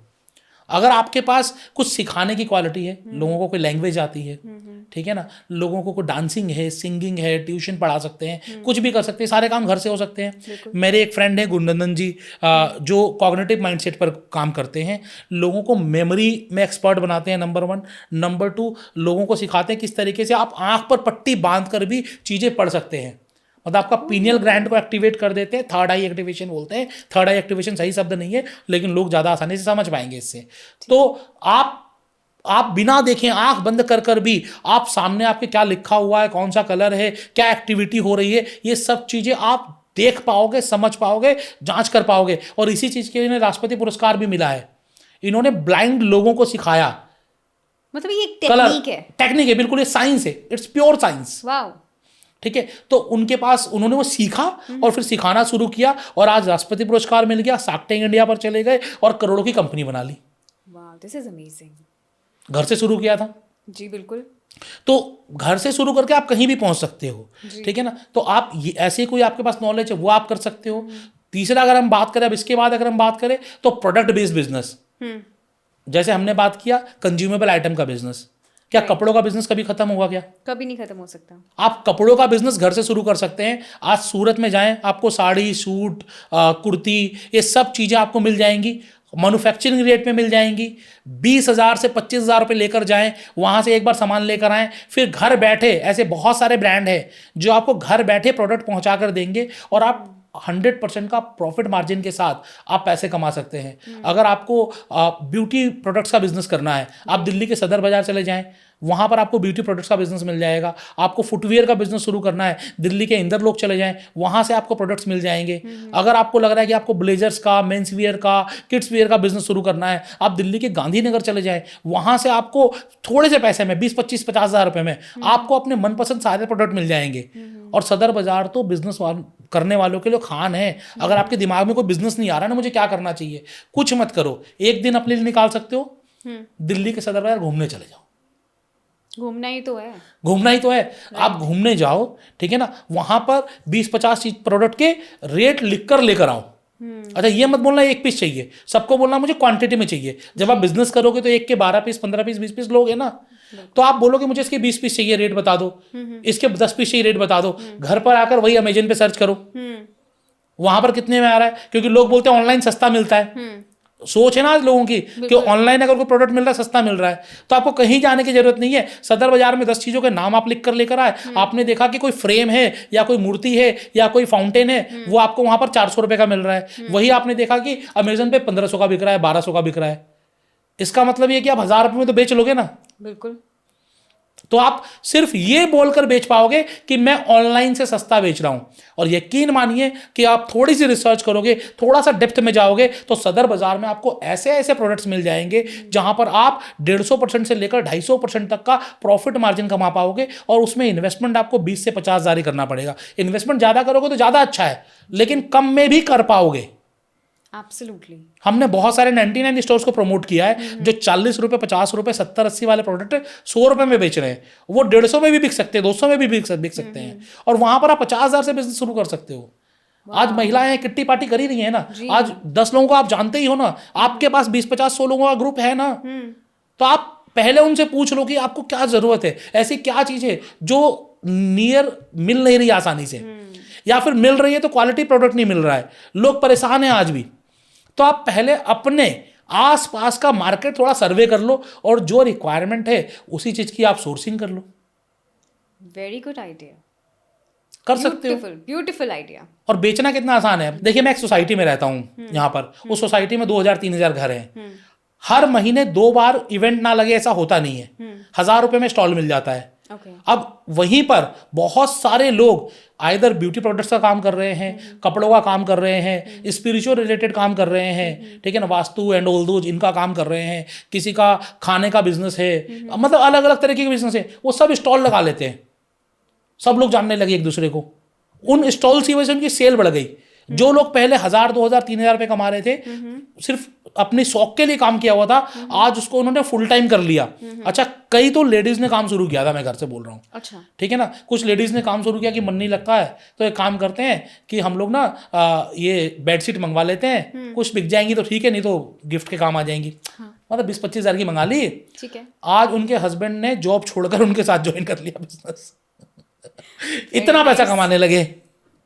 राइट। तो बेसिकली आप कितने शिद्दत से कोई काम करते हैं, आप उस बिजनेस में कितना डेप्थ में जाते हो, उस बिजनेस में कितनी रिसर्च करते हो, ये जरूरी हो जाता है। और वैसे ही बहुत सारे लोग ऐसे भी मिलेंगे जिन्होंने 50,000 रुपए लगाकर प्रोडक्ट बनाया होगा, बाद में उन्हें प्रोडक्ट बांटने ही पड़े जी, क्योंकि उन्होंने उसको बेचने के लिए जुनूनियत नहीं दिखाई। उसके बारे में पूरी जानकारी हासिल नहीं की। जब ऐसे स्टॉल्स लगाने का मौका आया तो स्टॉल्स नहीं लगाया, जब फेसबुक पर ऐड करने का टाइम आया तो ऐड नहीं किया, जब पोस्टर बनाकर व्हाट्सएप स्टेटस पर लगाने का समय आया तो व्हाट्सएप पर स्टेटस नहीं लगाया जी। ये सारे काम नहीं किए तो लास्ट में आपने बांट दिया प्रोडक्ट। कोई बात नहीं, 50,000 20,000 40,000 का नुकसान खा के घर में बैठे रहो, वाओ। फिर बोलोगे बिजनेस खराब है। तो आपने देखा कि अगर आपका बिजनेस सेंस या बिजनेस नॉलेज कम है और आपको किसी एनसाइक्लोपीडिया की ज़रूरत है अपने काम काज को बढ़ाने की, सेटअप करने की, तो आपको पता है आपको किसे कांटेक्ट करना है। आशीष अग्रवाल सर, franchisebetao.com। तो सर आप में बहुत फुल नॉलेज है, मतलब आप में बहुत नॉलेज है बिजनेस की। आप जिस तरीके से एक्सप्लेन कर रहे हो, मेरे हिसाब से हर एक आइडिया काफ़ी लोगों के लिए, इनफैक्ट सबके लिए वर्केबल है। चाहे वो घर में बैठ के कर सकते हैं, चाहे वो बिजनेस अपने जॉब के साथ कर सकते हैं, अपना बिजनेस सेटअप कर सकते हैं और आपसे भरपूर आइडियाज़ ले सकते हैं। तो अगर आप अपने 100 इन्वेस्टर्स के बारे में सोचें, हाँ जी, आपने इतने लोगों को इन्वेस्ट करवाया है, फ्रेंचाइजीज दिलवाई हैं, तो उनमें से कितने परसेंटेज या कितने लोग 1 lakh plus income per month की कमा लेते हैं या सिर्फ सरवाइव कर रहे हैं? सब कुछ अगर मैं बात करूँ, अगर मैं 100 लोगों की बात करूँ तो उसमें से 15-20 लोग ऐसे भी होंगे जिनके बिजनेस बंद हो गए। हाँ जी, ठीक है, मैं ये नहीं कहूँगा कि सारे ही सक्सेसफुल चल रहे हैं जी। अगर मैं बात करूँ जो लोग 1 लाख रुपए से ऊपर कमा रहे हैं तो ये 50% से ज़्यादा है। अच्छा। क्योंकि आज के समय में अगर कहीं आप 15-20 लाख रुपए लगा के बिजनेस कर रहे हो और अगर आप लाख रुपए महीना नहीं कमा रहे हो तो आप नौकरी कर लो। देखो बिजनेस में पूरी टेंशन भी है ना, आपको समय देना पड़ रहा है, अब लड़के आए कि नहीं आए, माल डिलीवर हुआ कि नहीं हुआ, उधार लेकर आओ, जो दिया उधार वो इकट्ठा करके लाओ, ठीक है ना, गवर्नमेंट को टैक्स भरना, जीएसटी भरना, टीडीएस काटा कि नहीं काटा, इनकम टैक्स रिटर्न फाइल करी कि नहीं करी, ठीक है ना। तो ये एक टेंशन नहीं है, 50 चीज़ें हैं जो आपको करनी है। इन 50 चीज़ों को करने के लिए उसका आपको प्रॉपर तरीके से जो जस्टिस मिलना चाहिए, जो पैसा मिलना चाहिए, वो मिल रहा है कि नहीं मिल रहा। जितनी चीज़ आप बिजनेस में कर रहे हो उतना ही दिमाग आप किसी के साथ जॉब में लगाओगे तो लाख रुपए महीना तो कोई भी दे देगा। राइट। और 1 रुपया भी नहीं लगना आपका इन्वेस्टमेंट। उसी इन्वेस्टमेंट को किसी प्लॉट में लगा दो, किसी एफडी में लगा दो अगर सेफ चाहिए तो, अगर आपको फिनांस की नॉलेज है तो एसआईपी में लगा दो, म्यूचुअल फंड में लगा दो, शेयर मार्केट में लगा दो। मैं बोलता हूँ मरे से मरा 10% का भी रिटर्न आएगा और आपने 20 लाख लगाए थे तो 2 लाख रुपए तो आपने साल के वैसे ही कमा लिए। पैसा भी सेफ है आपका और कंपाउंडिंग रिटर्न आएगी और महीने का लाख रुपए वैसे भी कमा रहे हो, तो फिर क्यों अपनी ऐसी तैसी करा रहे हो, कोई जग मार रहे हो और बिजनेस में। राइट। नौकरी कर लो, लाख रुपए महीना तो कम से कम कमाओ अगर बिजनेस कर रहे हो। और ऊपर वाले का पूरा पूरा आशीर्वाद है कि जितने लोग जुड़े हुए हैं उसमें से 50% लोग तो इतना कमा पा रहे हैं। हाँ, कुछ लोग अभी सर्वाइवल स्टेज में भी हैं, कुछ लोग नुकसान वाले फेज में भी हैं। मैं ये नहीं कहूँगा कि हर कोई कमा ही रहा है। अच्छा। ठीक है, तो फ्रेंचाइजर उनके साथ काम करते हैं, बताते हैं, समझाते हैं, सिखाते हैं। हमेशा जो दिखता है वैसा होता नहीं है जी। जैसे आज मान लीजिए हमने किसी ब्रांड के लिए बोला, कैलकुलेशंस दिखाई कि इस ब्रांड में आपने 10 लाख की सेल की तो 6 लाख का प्रॉफिट, ग्रॉस प्रॉफिट, उसमें से 2 लाख रुपए आपने काट दिए तो 4 लाख का आपका नेट प्रॉफिट आ जाएगा। ये जरूरी नहीं है। ये जितनी भी चीज़ें हम बताते हैं साफ साफ बताते हैं, एजम्पशंस हैं या फिर ये सिर्फ और सिर्फ कैलकुलेशन पर्पज़ के लिए, ये क्लियरली बोलते हैं और ऐसा होता भी है। कुछ लोग तो 4 लाख से ज़्यादा कमा लेते हैं और कुछ लोग 4 लाख से 40,000 ही कमा पाते हैं। ओके। तो ऐसे मैं आज भी अगर बात करूं तो 50% से ज़्यादा लोग 1 लाख से ऊपर कमा रहे हैं। बाकी 50% में से कुछ लोग नुकसान में भी हैं, कुछ लोग सर्वाइवल मोड पे भी हैं और कुछ लोगों का बंद भी हो गया है। तो इसमें कैसे डिफरेंस आप एक्सप्लेन करोगे? जो लोग 4 लाख लगा के, हाँ। मतलब कुछ अमाउंट लगा के 4 लाख भी कमा रहे हैं और कुछ लोग हैं वही सेम अमाउंट लगा के सेम बिजनेस में 40,000 भी कमा रहे हैं। ये वही टेक्निक है जो आपने समझाया। लोकेशन देखनी पड़ती है, स्कोप देखना पड़ता है, क्राउड देखना पड़ता है, ट्रेंड देखना पड़ता है, मार्केटिंग। मतलब कई बार आप मार्केटिंग, कई बार लोगों के साथ आपका बिहेवियर कैसा है। जैसे कई बार क्या होता है कि हम किसी दुकान में जाते हैं, मान लीजिए हम कुछ सामान लेने गए, ठीक है ना, एक आदमी आपको बुलाता है, आइए बहन जी आइए, बताइए क्या चाहिए आपको, आपके ऊपर तो ये बड़ा सुंदर लगेगा, ठीक है ना, अच्छा मीठा बोलकर प्यार से आपको डील करके आपको 2% महंगाई बेच रहा है। हाँ। और दूसरी जगह अरे भैया ये इनको दिखा भैया, आपने बोला इसका दूसरा कलर है क्या, देख लो यही है, लेना है तो लो, नहीं तो, ठीक है ना। मतलब सही तरीका होना चाहिए। तो एक आदमी आपको डील कर रहा है, एक आदमी अकड़ में बैठा हुआ है, आपके साथ अच्छा बिहेवियर नहीं है उसका, ठीक है ना। तो ये भी एक इंपॉर्टेंट फैक्टर होता है। एक आदमी वही दुकान लेके जाता है, भैया नया माल आया है रख लो एक बार, बिके तो पैसे दे देना, ना बिके तो वापस कर देना, ठीक है ना। उसने प्लेसमेंट कर दी प्रोडक्ट की, बिक गया, 3 महीने बाद जब ग्राहक उससे मांगने लगे हुए प्रोडक्ट, तो उसने क्या बोला, भैया नगद में बेचूंगा, आप देख लो बेचना है लेना है तो। जब आपकी जरूरत थी आपने रखवा दिया, जब सामने वाले से डिमांड आने लगी तो भैया बोले पॉलिसी चेंज हो गई कंपनी की, हम कैसे बेच पाएंगे, उधार तो बेच नहीं पाएंगे। अब सामने वाले को प्रॉफिट भी मिल रहा है, ग्राहक भी है, तो वो कैश में लेगा कि नहीं लेगा? बिल्कुल लेगा। तो समटाइम्स आपकी स्ट्रेटेजी, समटाइम्स आपकी मार्केटिंग, आपका बिहेवियर, मैंने जैसे स्टार्टिंग में कहा कि कोई भी बिजनेस में सिर्फ एक चीज से आप पूरा कमा नहीं सकते, किसी भी एक चीज से आप फेल नहीं हो सकते। मतलब ये कॉम्बिनेशन ऑफ मेनी होता है हमेशा। एब्सोल्युटली। तो ऐसे ही काम करता है सारी चीजें। सो कौन से ऐसे हिडन और अंडर डिस्कस्ड एक्सपेंसेस हैं जो लेटर फ्रेंचाइजी के प्रॉफिट को किल कर देता है? देखिए, सबसे बड़ा जो अंडर डिस्कस होता है वो डेड स्टॉक होता है। Dead stock? हाँ, जैसे आप कपड़े का है, हाँ जी। तो कोई प्रोडक्ट नहीं बिका, वो डेड हो गया, खाने पीने में वेस्टेज हो गई, ठीक है ना। और ऐसे डेड स्टॉक या आपके वेस्ट प्रोडक्ट्स, अच्छा, जो आपको फ्यूचर में आपकी कॉस्टिंग से भी कम पैसे में बिकेंगे या फिर जीरो में बिकेंगे, ओके, इसके बारे में कोई बात ही नहीं करता है, राइट। ठीक है ना। और ये आपके प्रॉफिट को किल कर देते हैं। दूसरा होता है आरटीओ, रिटर्न, ठीक है। जैसे आप आज सपोज करो ऑनलाइन बिजनेस कर रहे हो जी, आपने 1 लाख रुपए का माल बेचा और जिसमें से आपके पास सपोज करिए कि 20,000 का माल रिटर्न आ गया।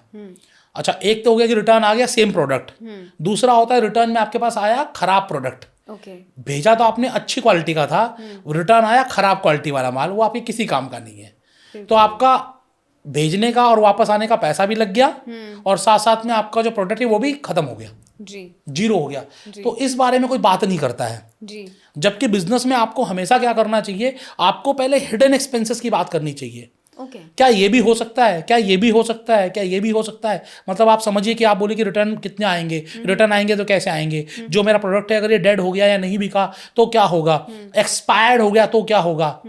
जैसे अब कोई खाने पीने की चीज़ें या कोई एक्सपायरी डेट वाले प्रोडक्ट्स हैं, अगर वो एक्सपायर्ड हो गए तो किसका होगा। मैंने 5 लाख का स्टॉक मंगाया, उसमें से 1 लाख का स्टॉक एक्सपायर्ड हो गया और मेरा प्रॉफिट मार्जिन ही 20% का था, तो 20% का पूरा प्रॉफिट मार्जिन तो पानी में गया, पानी में गया। तो मैं पूरे साल मेहनत करके भी जीरो पे बैठा हुआ हूँ। बिल्कुल। तो इसके विषय में कोई बात नहीं करता है। दूसरा, कई बार हम मार्केटिंग एक्सपेंस को अंडररेट कर देते हैं। अच्छा, जैसे कोई क्या बोलता है हर महीने 20,000 की मार्केटिंग कर देना ना, हो जाएगा, बहुत हो जाएगा। आपको समझना चाहिए कि मार्केटिंग कहाँ कहाँ करनी पड़ेगी, कितना पैसा आपको फेसबुक ऐड में लगाना पड़ेगा, कितना गूगल ऐड में लगाना पड़ेगा, कितने आपको सेमिनार्स वेबिनार्स करने पड़ेंगे, कितना आपको इवेंट्स में पैसा लगाना पड़ेगा, ये सब चीज़ों में। इसके अलावा क्या आपको कुछ फ्रीबीज भी देने पड़ेंगे, मतलब स्कीम्स भी चलानी पड़ेंगी, वो स्कीम्स का पैसा कहाँ से आएगा। जैसे हमने बोल दिया 2+1 स्कीम चलानी पड़ेगी, 1+1 स्कीम चलानी पड़ेगी, इन स्कीम्स का पैसा कहाँ से आएगा। कई बार हम लोग सैलरीज को अंडररेट कर जाते हैं। कैलकुलेशन का टाइम पे क्या बोलते हैं, 4 लड़के चाहिए इंटू 12,000 रुपये। जब मार्केट में जाते हैं तो पता चलता है 25,000 से कम लड़का नहीं मिल रहा है। और हाई हो गए यहाँ पर आपका बट ऑब्वियसली अगर 4 लड़के रखने हैं और 10,000 रुपये पर लड़के का भी अगर आपका हाई हो गया, 40,000 रुपये महीने चले गए, आप कमाने वाले 50,000 रुपये या 60,000 रुपये थे उस प्रोडक्ट से या उस बिजनेस से, आपका प्रॉफिट बिल्कुल डाउन चला गया। बिल्कुल, ये हो सकता है। कई बार ऐसा भी होता है कि आपकी रीहायरिंग के खर्चे, हम लोग ये तो कभी सोचते ही नहीं है, क्योंकि आप कोई भी बिजनेस में देखो ऐसा हो ही नहीं सकता कि लेबर टर्नओवर ना हो जी। लड़के आएंगे और जाएंगे। अच्छा, आएंगे जाएंगे ऑल गुड, कोई दिक्कत नहीं है, लेकिन जब आएंगे जाएंगे तो बीच में जो हायरिंग का खर्चा है वो कहाँ है, वो खर्च हमने नहीं डाला। समटाइम्स हम टैक्सेस नहीं डालते हैं, जो हमें टैक्सेस गवर्नमेंट को पे करने हैं। हम केवल मोटा मोटा बात कर लेते हैं कि आपको इस बिजनेस में 25% का प्रॉफिट मार्जिन है, 2 लाख की सेल होगी, 50,000 रुपये की कमाई होगी, 10,000 रुपये रेंट का गया, 10,000 रुपये लड़के का गया, 5,000 रुपये मार्केटिंग का गया, तो 25,000 रुपये खर्चे हो गए। अरे बिजनेस की एक बार किसी भी बड़ी कंपनी, बड़ा सिंपल सा एग्जाम्पल बताता हूँ, मान लो आपको नहीं आता, समटाइम्स आज हम किसी भी एक आम आदमी की बात करें जो बिजनेस शुरू करना चाहता है, उसको पूरा प्रॉफिट एंड लॉस की नॉलेज नहीं होती है, तो आप कुछ नहीं करना। अखबार के अंदर जब भी क्वार्टर एंडिंग होती है, हाफ ईयरली एंडिंग होती है, तो बड़ी बड़ी जो कंपनियां होती है ना, इनका पूरा प्रॉफिट एंड लॉस अकाउंट छपता है। ओके, या फिर गूगल पे मिल जाए, गूगल कर लो कि कोई भी 5 बड़ी कंपनी का नाम डाल लो, इनका प्रॉफिट एंड लॉस अकाउंट। तो इनके जो खर्चे वाले सारे अकाउंट्स है ना, वो ऐसा कोई खर्चा होता नहीं होगा जो नहीं करते होंगे। राइट, सब खर्चे करते हैं, सब खर्चे करते हैं। तो उसमें से देख लो क्या ये मेरे पे एप्लीकेबल होगा, क्या ये मेरे पे एप्लीकेबल होगा। ओके, तो लिस्ट मिल जाएगी कि तो लिस्ट मिल जाएगी कौन कौन से खर्चे होते हैं, काम करना है, कौन कौन से एरिया पे आपको काम करना है, बस इतना सा काम कर लो। आज के दिन सारी इन्फॉर्मेशन आपके टिप्स पे अवेलेबल है। चैट जीपीटी से पूछ लो आप जी कि भाई इस बिजनेस के अंदर हिडन खर्चे कौन से होंगे, और देखिए आपके तुरंत आ जाते हैं कि नहीं आते। एब्सोल्युटली। मतलब लोग क्या करते, जो हमने शुरुआत में की थी ना, बिल्कुल लोग किसी बिजनेस को शुरुआत करने में जल्दबाजी कर जाते हैं, उस पर रिसर्च नहीं करते। आप एक बार सोचो ना, देखो जो भी मैंने डिसीजन ना ऑन द टेबल लिए हैं ना, मेरे डिसीजन गलत साबित हुए हैं। ओके, देखो बड़े बड़े लोग, उन्होंने ये ने कहा है कि जब मुझे कुछ करना है तो मैं कर जाता हूँ, फिर बाद में सोचता हूँ कि करना कैसे है, जी ठीक है ना। लेकिन वो बड़े बड़े लोग कर सकते हैं जिनके पास 100 करोड़ 500 करोड़ 1000 करोड़ रुपए का कॉर्पस है, जो 5-10 करोड़ या 20 करोड़ 50 करोड़ रुपए खर्च भी करते तो कोई फर्क नहीं पड़ता। लेकिन वो लोग जिनके पास कोई फंड ही नहीं है, 2-4-5 लाख 10 लाख रुपए का फंड है, वो अगर बोलेंगे मैं कर जाऊंगा फिर सोचूंगा, जी, तो उनका क्या होगा। तो उनके लिए मैं बोलता हूं पहले सोचो, अच्छा एक बार के बाद दोबारा भी सोचो, दोबारा के बाद 3 बार सोचो, उसके बाद लग रहा है कि नहीं नहीं ये तो करने लायक है तो करो। मतलब प्रॉपर सोच विचार के साथ सोच विचार के करो, कैलकुलेटेड रिस्क लो। रिस्क है बिजनेस में, लेनी पड़ेगी, लेकिन आप कैलकुलेशन तो कर सकते हो ना कि मेरा आरटीओ इतना आएगा, इसको कम कैसे कर सकता हूँ, मेरा मार्केटिंग में इतना पैसा लगेगा, इसमें मैं सेल्फ मार्केटिंग कैसे कर सकता हूँ। जैसे बहुत सारे लोगों ने क्या किया कि आपका जैसे ज्वेलरी का बिजनेस है, मैं बात करूँ, आप केवल खुद से ज्वेलरी पहन पहन कर आप इंस्टाग्राम पर लोगों को दिखाना चालू कर दो।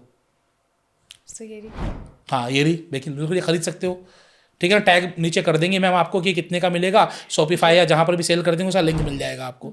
केवल ये काम करो ना, आप देखो आपको कितने ऑर्डर्स आना शुरू हो जाएंगे। आई अंडरस्टैंड, ठीक है ना। आपकी कॉस्टिंग क्या लगी इसमें, ठीक है। अब इसी के लिए आप किसी मॉडल को भी हायर कर सकते हो जी, वो मॉडल हर प्रोडक्ट शूट का आपको 500-1000 रुपये ले लेगी जी, 100 प्रोडक्ट है तो लाख रुपए आपके लग गए, जी, ठीक है ना। तो आप इसको मिनिमाइज कैसे कर सकते हो। इनिशियल लेवल पर है, आपने 5-7-10 लाख रुपए लगा बिजनेस शुरू किया है, तो इनिशियल लेवल पर you have to see how I can minimise my risk, how I can minimise my costings. हाँ, एक लेवल पर आकर जब आपको लग रहा है कि आपके 5 लाख रुपए महीना बनाना शुरू कर दिया है, मत करना खुद से, मॉडल ही हायर करना। Right, understand.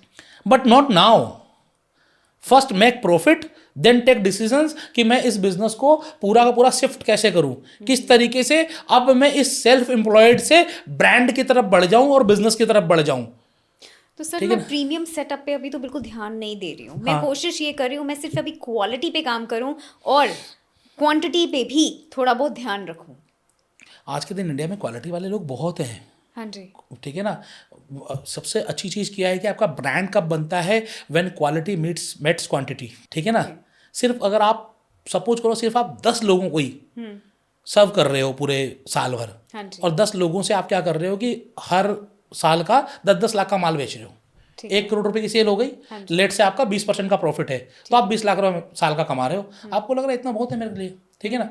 अब इससे आपको लोग जान कहाँ रहे हैं, केवल आपकी सर्विस 10 लोगों की तो है, अब यही आप 10 लोगों की जगह 10,000 लोगों को बेच रहे हो, हाँ जी, और 1000 रुपए का बेच रहे हो, जी, अभी भी आप 1 करोड़ का ही प्रोडक्ट बेच रहे हो, सेम प्रॉफिट है मान लीजिए 20% का ही, अभी भी आप 20 लाख रुपए कमा रहे हो, लेकिन अब आपको 10,000 लोग जान रहे हैं। Now you are a brand, right, ठीक है ना। तो आप क्वालिटी आप समझोगे कि सिर्फ आप बिल्कुल मिनिमम लोगों के साथ हो, वहां पर भी आप पैसा कमा सकते हो, ऐसा नहीं कि नहीं कमा सकते। आज कई सारे बिल्डर्स हैं पूरे साल में 10 फ्लैट बनाते हैं, अच्छा कई सारे तो ऐसे 4 ही बनाते हैं। एक 100 गज का प्लॉट खरीदते हैं दिल्ली के अंदर, 3-4 करोड़ से कम का आता ही नहीं, बनाने में 1.5-2 करोड़ रुपए लग जाते हैं, 4 फ्लैट बेच के 1 करोड़ रुपए कमा लेते हैं, खुश है पूरे साल में। वहीं पर यहाँ नोएडा में बिल्डर हैं जो 1 साइड 2 साइड 3 साइड 4 साइड चल रही है, एक साइड में 2000 फ्लैट, एक साइड में 1000 फ्लैट, एक साइड में 500 फ्लैट, मतलब क्वांटिटी पे काम कर रहे हैं जी, वो जरूरत से ज़्यादा कमा रहे हैं, ऐसा नहीं कि कमा नहीं रहे। हो सकता है कम प्रॉफिट में भी वो ज़्यादा सक्सेस कर जाएं, उनको लोग जानते ही नहीं है जो 100-100 गज का प्लॉट करके बेच रहे हैं, लेकिन जो 1000-1000 फ्लैट्स बना रहे हैं उनको सब जानते हैं जी। तो बेसिकली आप ब्रांड तभी बनोगे व्हेन क्वालिटी मेट्स क्वांटिटी। मैं सही जगह पे हूँ। तो ये आपको देखना है कि आपको सिर्फ क्वालिटी के साथ आप रहोगे तो क्वांटिटी तक नहीं पहुंचोगे तो ब्रांड नहीं बन जाओगे। जैसे आजकल आप इंस्टाग्राम पर रील भी देख रहे होगे, बहुत सारे लोगों ने बनाई भी है। आप परफेक्शन की तलाश में रहोगे। जी। मैं सर अभी तो ये कमी है, अभी तो मेरे को थोड़ा पेट अंदर करना है, अभी तो मुझे मेकअप करना है, अभी तो मुझे सीखना है, अभी तो मुझे बोलना सीखना है, अभी तो मुझे कुछ और करना है, मैं परफेक्ट नहीं हूँ उस काम को करने के लिए, परफेक्ट नहीं हूँ। वर्सेस एक आदमी है जो बोलता है कर लेते हैं ना, कोई बात नहीं, सीख जाएंगे करते करते। ठीक है ना। तो जो करते करते सीख जाए वाला आदमी है वो तो धंधा बड़ा बना जाता है, और जो परफेक्ट बनने की कोशिश में रहता है वो बेचारा परफेक्ट ही बनता रहता है जिंदगी भर, वो कुछ कर ही नहीं पाता है। बिल्कुल सही। ठीक है ना। तो आप परफेक्शन की तरफ जरूर जाओ, लेकिन एक्शन के साथ जाओ ना। राइट। ठीक है ना। So when your action meets your perfection, then you will create something. Absolutely.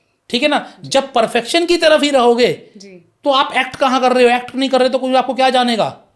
But वो स्टेटमेंट आपको फिर रोक रही है ना, जब आप परफेक्ट बनोगे हाँ। तब आप कुछ तब आप कुछ करोगे। वो कब आएगा वो पता वो नहीं पता। अच्छा, आप परफेक्ट कभी बनोगे ही नहीं।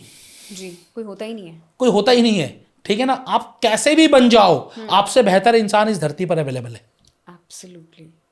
और सबसे बेहतर तो क्रिएटर है ना। बिल्कुल। उससे बेहतर कैसे बनोगे। जी। तो इससे बस मैं सिंपल सी बात ये कहना चाहूंगा, परफेक्शन की दौड़ बहुत अच्छी है, लेकिन एक्शन के साथ। सो अगर मार्केटिंग डेस्क को हम छोड़ दें, मार्केटिंग डेस्क के बियॉन्ड अगर हम बात करें, एक एवरेज फ्रेंचाइजी पर्सन का ब्रेक कब आता है और कितना टाइमलाइन होता है? पहले महीने में भी लोग पैसा कमा लेते हैं कई बार। अच्छा। पहले महीने में भी। ठीक है ना।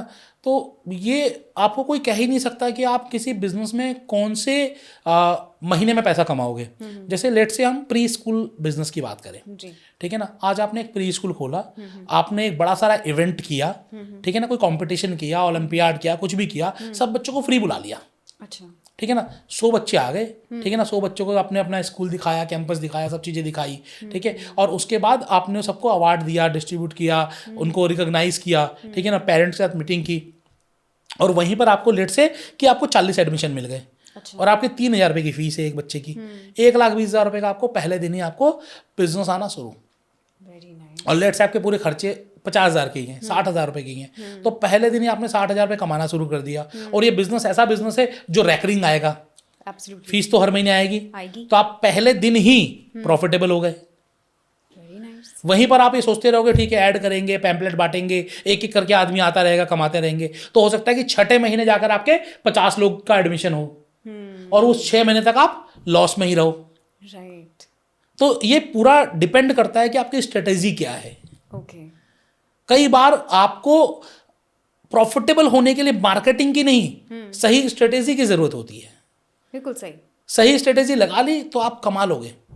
अब बहुत सारे ऐसे ब्रांड है, चाय वाले ब्रांड है, वो क्या करते हैं जब भी बिजनेस शुरू होता है, ठीक है ना, वो क्या कहते हैं फ्री में चाय पियो, सेल्फी बूथ में सेल्फी लो हमारे ब्रांड के साथ, और हमें टैग कर दो इंस्टाग्राम पर, और आपके लिए बढ़िया कड़क चाय 30 रुपये वाली बिल्कुल फ्री। अब क्या है कि कोई चाय पीने आया है, वो टैग तो वैसे भी करता ही है। आज हम और आप कहीं जाते हैं, कुछ अच्छा लगता है तो फोटो खींच के डालते हैं ना। बिल्कुल। ठीक है। हाँ जी। स्टोरी पर डालते हैं। तो वो स्टोरी पर क्या करना है, मुझे उस ब्रांड को टैग कर देना है, बस इतना से काम करना है। उसके बदले हमें 30 रुपये की चाय फ्री मिल गई, चोकोलावा केक फ्री मिल गया, या फिर जो भी प्रोडक्ट है उन्होंने एक छोटा सा प्रोडक्ट जिसमें उनकी कॉस्टिंग 5-10 रुपये आगे आ रही होगी, जो मार्केट वैल्यू 20-50 रुपये का है, वो उन्होंने फ्री दे दिया। उस फ्री के लालच में डेली के 100 लोगों ने उन्हें टैग करना शुरू कर दिया। अब सोचिए कि महीने भर में उसकी कितनी ब्रांडिंग मार्केटिंग हो जाएगी, कितने माउथ टू माउथ रेफरल आने लग जाएंगे। जब आप देखोगे यार मेरा फ्रेंड यहाँ गया है, क्या बात है यार इसने टैग कर रखा है, उसे क्या पता कि उसको फ्री मिला इसलिए टैग कर रखा है। राइट। एटलीस्ट आपके सर्कल के लोग तो आपको देख ही रहे हैं ना। एब्सोल्युटली। बहुत स्पॉन्टेनियस एक्ट किया। हाँ ठीक है, ये एक्ट करते ही आपको, आप समझिए आपके पास लोग आना शुरू हो गए। ठीक है, आप हो सकता है डायरेक्ट फिर भी ना जाओ, लेकिन जब आप उस मार्केट में जाओगे और आपको चाय पीने का मन हुआ तो देखो अच्छा ये तो मेरे फ्रेंड यहीं आए थे पीने के लिए, मैं भी यहीं जाता हूँ। बिल्कुल। वो फ्लैग लग जाता है ना तो दिमाग फ्लैग में। लग जाता है दिमाग में, बस इतनी सी बात है। तो समटाइम्स आपको पैसे खर्च कर कर मार्केटिंग करने की जरूरत नहीं है, सही स्ट्रेटेजी से काम करने की जरूरत है, and you will get the customers. Fantastic approach, इसे फॉलो करें। अगर मार्केटिंग में नहीं है तो स्ट्रैटेजी ऐसी बनाएं जिससे कि आपके पास कस्टमर्स अपने आप आए। फ्रेंचाइजी का वो कौन सा ऐसा मिथ है जिसे आप पहले बिलीव करते थे और बाद में आपको लगा ये तो गलत है? जब मैंने भी शुरुआत की थी ना, 2017 के आसपास में शुरुआत की थी, तब मुझे भी लगता था कि किसी ने अगर फ्रेंचाइज ले ली तो उसके लिए लाइफ ईजी हो जाती है। अच्छा। ठीक है, लेकिन जब मैं लोगों के साथ काम करना शुरू किया और जब मैंने देखा कि नहीं, फ्रेंचाइजी में लोग फेलियर भी कर रहे हैं, लोगों का नुकसान भी हो रहा है, लोग चाह कर भी पैसा नहीं कमा पा रहे हैं, तब मुझे ये लगा कि हाँ नहीं, ये तो कुछ ना कुछ इसमें समझना पड़ेगा कि फ्रेंचाइजी इज़ प्योर बिजनेस। ये भी एक ट्रेडिशनल बिजनेस है, जस्ट आपको किसी का ब्रांड नेम मिल रहा है, आपको बहुत सारे नुकसान नहीं उठाने पड़ रहे जो इनिशियल स्टेज में लोग उठाते हैं, लेकिन आपको वेरिएबल नुकसान हो सकता है, 100% हो सकता है। तो ये चीज़ें मैंने भी करते करते सीखी। दूसरा, हर बार मैं क्या सोचता था कि नहीं, खाली फ्रेंचाइजी अच्छी है, मतलब अगर आपको बिजनेस शुरू करना है तो फ्रेंचाइजी से करो, आप कभी अपना बिजनेस शुरू मत करो। अच्छा। लेकिन जब मैंने देखा कि नहीं, लोगों के अंदर पोटेंशियल है कि आप अपना ब्रांड भी बना सकते हो, then why to start with franchise. कई लोग मुझे बोलते हैं कि आप एक फ्रेंचाइज कोच हो, आप फ्रेंचाइज सिखाते हो, आप लोगों को ये क्यों बोलते हो कि आप अपना ब्रांड शुरू कर लो, अपना बिजनेस बना लो। लाइक अगर मैं चलो फिर से आपका एग्जांपल लेता हूँ, आज आप एक ज्वेलरी का बिजनेस चला रही हैं, आपको अच्छा नॉलेज होगी ज्वेलरी की, आपको पता है सोर्सिंग कहाँ से होती है, आज आपको पता चल गया कि आप अच्छा माल सस्ते रेट में कहाँ से सोर्स कर सकती हैं, ठीक है ना। तो आज आपको किसी बड़े ब्रांड की फ्रेंचाइजी लेने की क्या ज़रूरत है? बिल्कुल भी नहीं, ठीक है ना। आज क्यों नहीं, आज आप अपनी ही ब्रांडिंग करके अपना ही ब्रांड बना लें। तो आज अगर मैं बोलूँ कि बेचने को मैं बेच सकता हूँ आपको कुछ भी समझा बुझाकर, लेकिन क्या ये मेरा दिल गवाही देगा? क्या मैं आपके लिए सही करूँगा? नहीं। ठीक है ना। तो जब मैंने इसको डीप स्टडी किया, जब मैंने समझा कि एक्चुअल में फ्रेंचाइजिंग क्या है, इसका अर्थ क्या है, किस तरीके से लोगों को सही गाइड करना है, तो मेरे जीवन का पर्पस फ्रेंचाइजिंग नहीं है। मेरे जीवन का पर्पस क्या है? लोगों को सही रास्ता दिखाना फॉर बिजनेस। मेरे जीवन का पर्पस ये है। आप कैसे भी काम करो, अच्छा काम करो, नुकसान ना करो, प्रॉफिट कमाओ, लोगों को एम्प्लॉयमेंट दो, ये अब पर्पस होना चाहिए जी। तो मैं इसी पर्पस के लिए काम कर रहा हूँ। तो मुझे क्या लगता है कि मैं किसी की हेल्प कर सकूँ किसी तरीके से, तो आज वो काम मैं कर रहा हूँ और ऊपर वाले का पूरा पूरा आशीर्वाद है कि आज बहुत सारे लोगों को मैंने अपना ब्रांड भी शुरू करवाया है, बहुत सारे लोगों को फ्रेंचाइजी भी दिलवाई है, बहुत सारे लोग मेरे वीडियोस देखकर खुद से फ्रेंचाइजी ले लेते हैं। यकीनन मैं उनको कहता हूँ कि खुद से फ्रेंचाइजी लेने से पहले 4 बार जांच पड़ताल कर ले, आप देख ले कहीं कुछ गलत तो आप नहीं कर रहे। मतलब समटाइम्स आदमी सही हो सकता है लेकिन आपकी प्लेस गलत हो सकती है, आपके लिए गलत हो सकता है, आपके हिसाब से वो ब्रांड ना बना हो, ऐसा भी हो सकता है, क्योंकि not everyone is fit for everyone.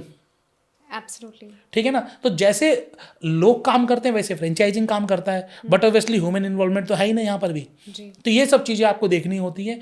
तो ये बहुत सारे मिथ्स से आपको करते करते सीखने को मिलता है। मैंने बहुत कुछ सीखा है और आज मैं ऊपर वाले का बहुत शुक्रिया अदा करता हूँ कि मुझे आज इस इंडस्ट्री में लेकर आया जहाँ पर मैं लोगों की लाइफ में वैल्यू ऐड कर पा रहा हूँ। ब्यूटीफुल।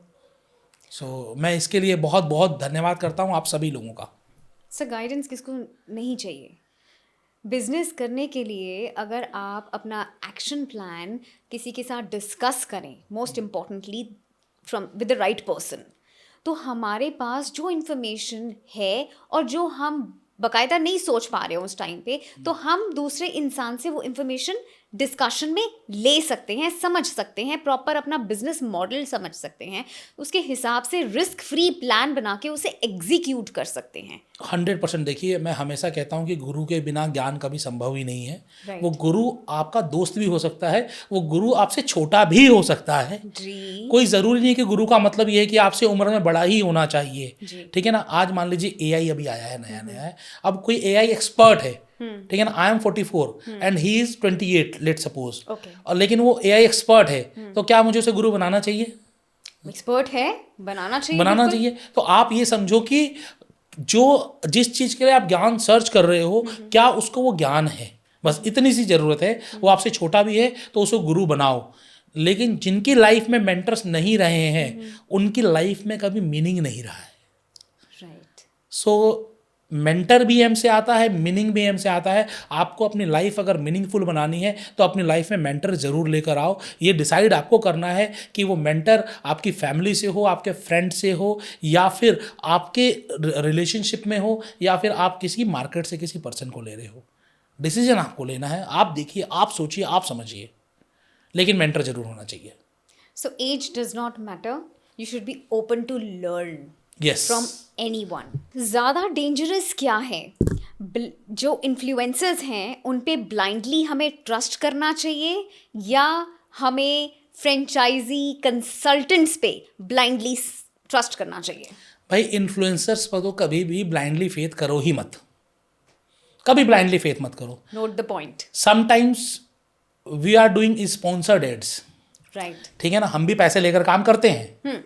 अब पैसे लेकर जब काम कर रहे हैं तो आपको ब्रांड को तो अच्छा बोलना पड़ेगा ना, जी ठीक है ना। बिल्कुल। अब आप रीन का भी तो ऐड देखते हो ना, नींबू वाली सफेदी। हाँ जी।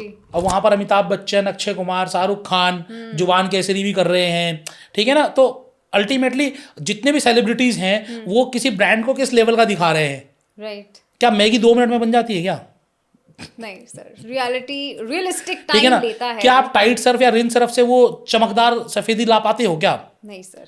ठीक है ना। वो पीले शर्ट जो होते हैं वो धब्बे वाले, क्या वो सर्फ एक्सेल में डालते बिल्कुल जीरो हो जाते हैं क्या? नहीं सर, दिखते हैं, टीवी में नहीं दिखाते। ठीक है। तो बट ऑब्वियसली कि sometimes what you see on television, what you see on YouTube, Instagram और anywhere is not 100% correct. Right. ठीक है ना। जैसे वो स्पॉन्सर्ड चला रहे हैं वैसे यहाँ पर इन्फ्लुएंसर्स भी स्पॉन्सर्ड करते हैं। So never do blind faith on any of the influencer.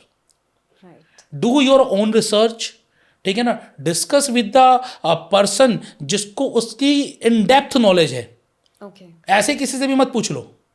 अच्छा, मैं आपको एक चीज़ और बताता हूँ जो मेरी लाइफ में बड़ा मज़ा आता है मुझे ये सवाल सुन के। मतलब जब मैं किसी लोगों से बात करता हूँ ना, कोई मेरे पास फ्रेंचाइजी के लिए कॉल आया, हाँ जी। ठीक है, वो क्या कहते हैं, भैया आप अपनी किसी फ्रेंचाइजी का नंबर दे दो जो अच्छा काम कर रहा हो। हाँ जी। तो मैं किसका नंबर दूंगा? जो मेरा आपके- अपना होगा। हाँ, वो क्या बोलेगा मेरे बारे में, नहीं ये तो चोर है, ये तो अच्छा काम नहीं करता। वो क्या बोलेगा? बोलेगा नहीं नहीं करना चाहिए, ये तो बहुत बढ़िया है। अबे छोड़ो यार, मतलब I don't want to use any word, but एक चीज समझो कि अगर आपको नंबर ही मांगना है तो खुद से रिसर्च कर लो भाई। आज के दिन ऑनलाइन अगर मान लो XYZ किसी ब्रांड की फ्रेंचाइजी है, ठीक है ना, मैकडोनल्ड है, हल्दीराम है, या कोई भी बड़ा ब्रांड है, तो उसका दूसरा स्टोर आपको नजर नहीं आ रहा कहीं? जी। चलकर चले जाओ ना, जाकर बैठकर देख लो ना वहां कितनी सेल आ रही है, जाकर बैठकर देख लो ना, समझ लो ना कि उसको कितनी डिमांड है नहीं है। आप नंबर ही मांग रहे हो, रेफरेंस पे ज्यादा रिलाई करते हैं। तो रेफरेंस आप ले किससे रहे हो? बिल्ली से बोल रहे हो कि दूध की रखवाली करना? ये बात सही है। तो आप रेफरेंस किससे ले रहे हो? जी। सो रेफरेंस आप उसी से मांग रहे हो जो मतलब कि आपको क्या दे, कौन सा रेफरेंस देगा वो आपको? वो अपना सबसे बढ़िया वाला रेफरेंस देगा। मान लीजिए मेरी 100 फ्रेंचाइजी है, हाँ जी। अब मेरी 100 फ्रेंचाइजी हैं, उसमें से 10-20 तो अच्छा काम कर रही होंगी ना। जी बिल्कुल। हो सकता है 80 बिल्कुल लुटे पिटे पड़े हों, बर्बाद हो रहे हों, लेकिन 20 बहुत अच्छा काम कर रहे हैं। मैं उन 20 का नंबर दूंगा या उन 80 का नंबर दूंगा? 20 का। तो उनका रेफरेंस चेक सही डायरेक्शन में हुआ कि गलत डायरेक्शन में हुआ? सही हुआ। गलत हुआ मैडम।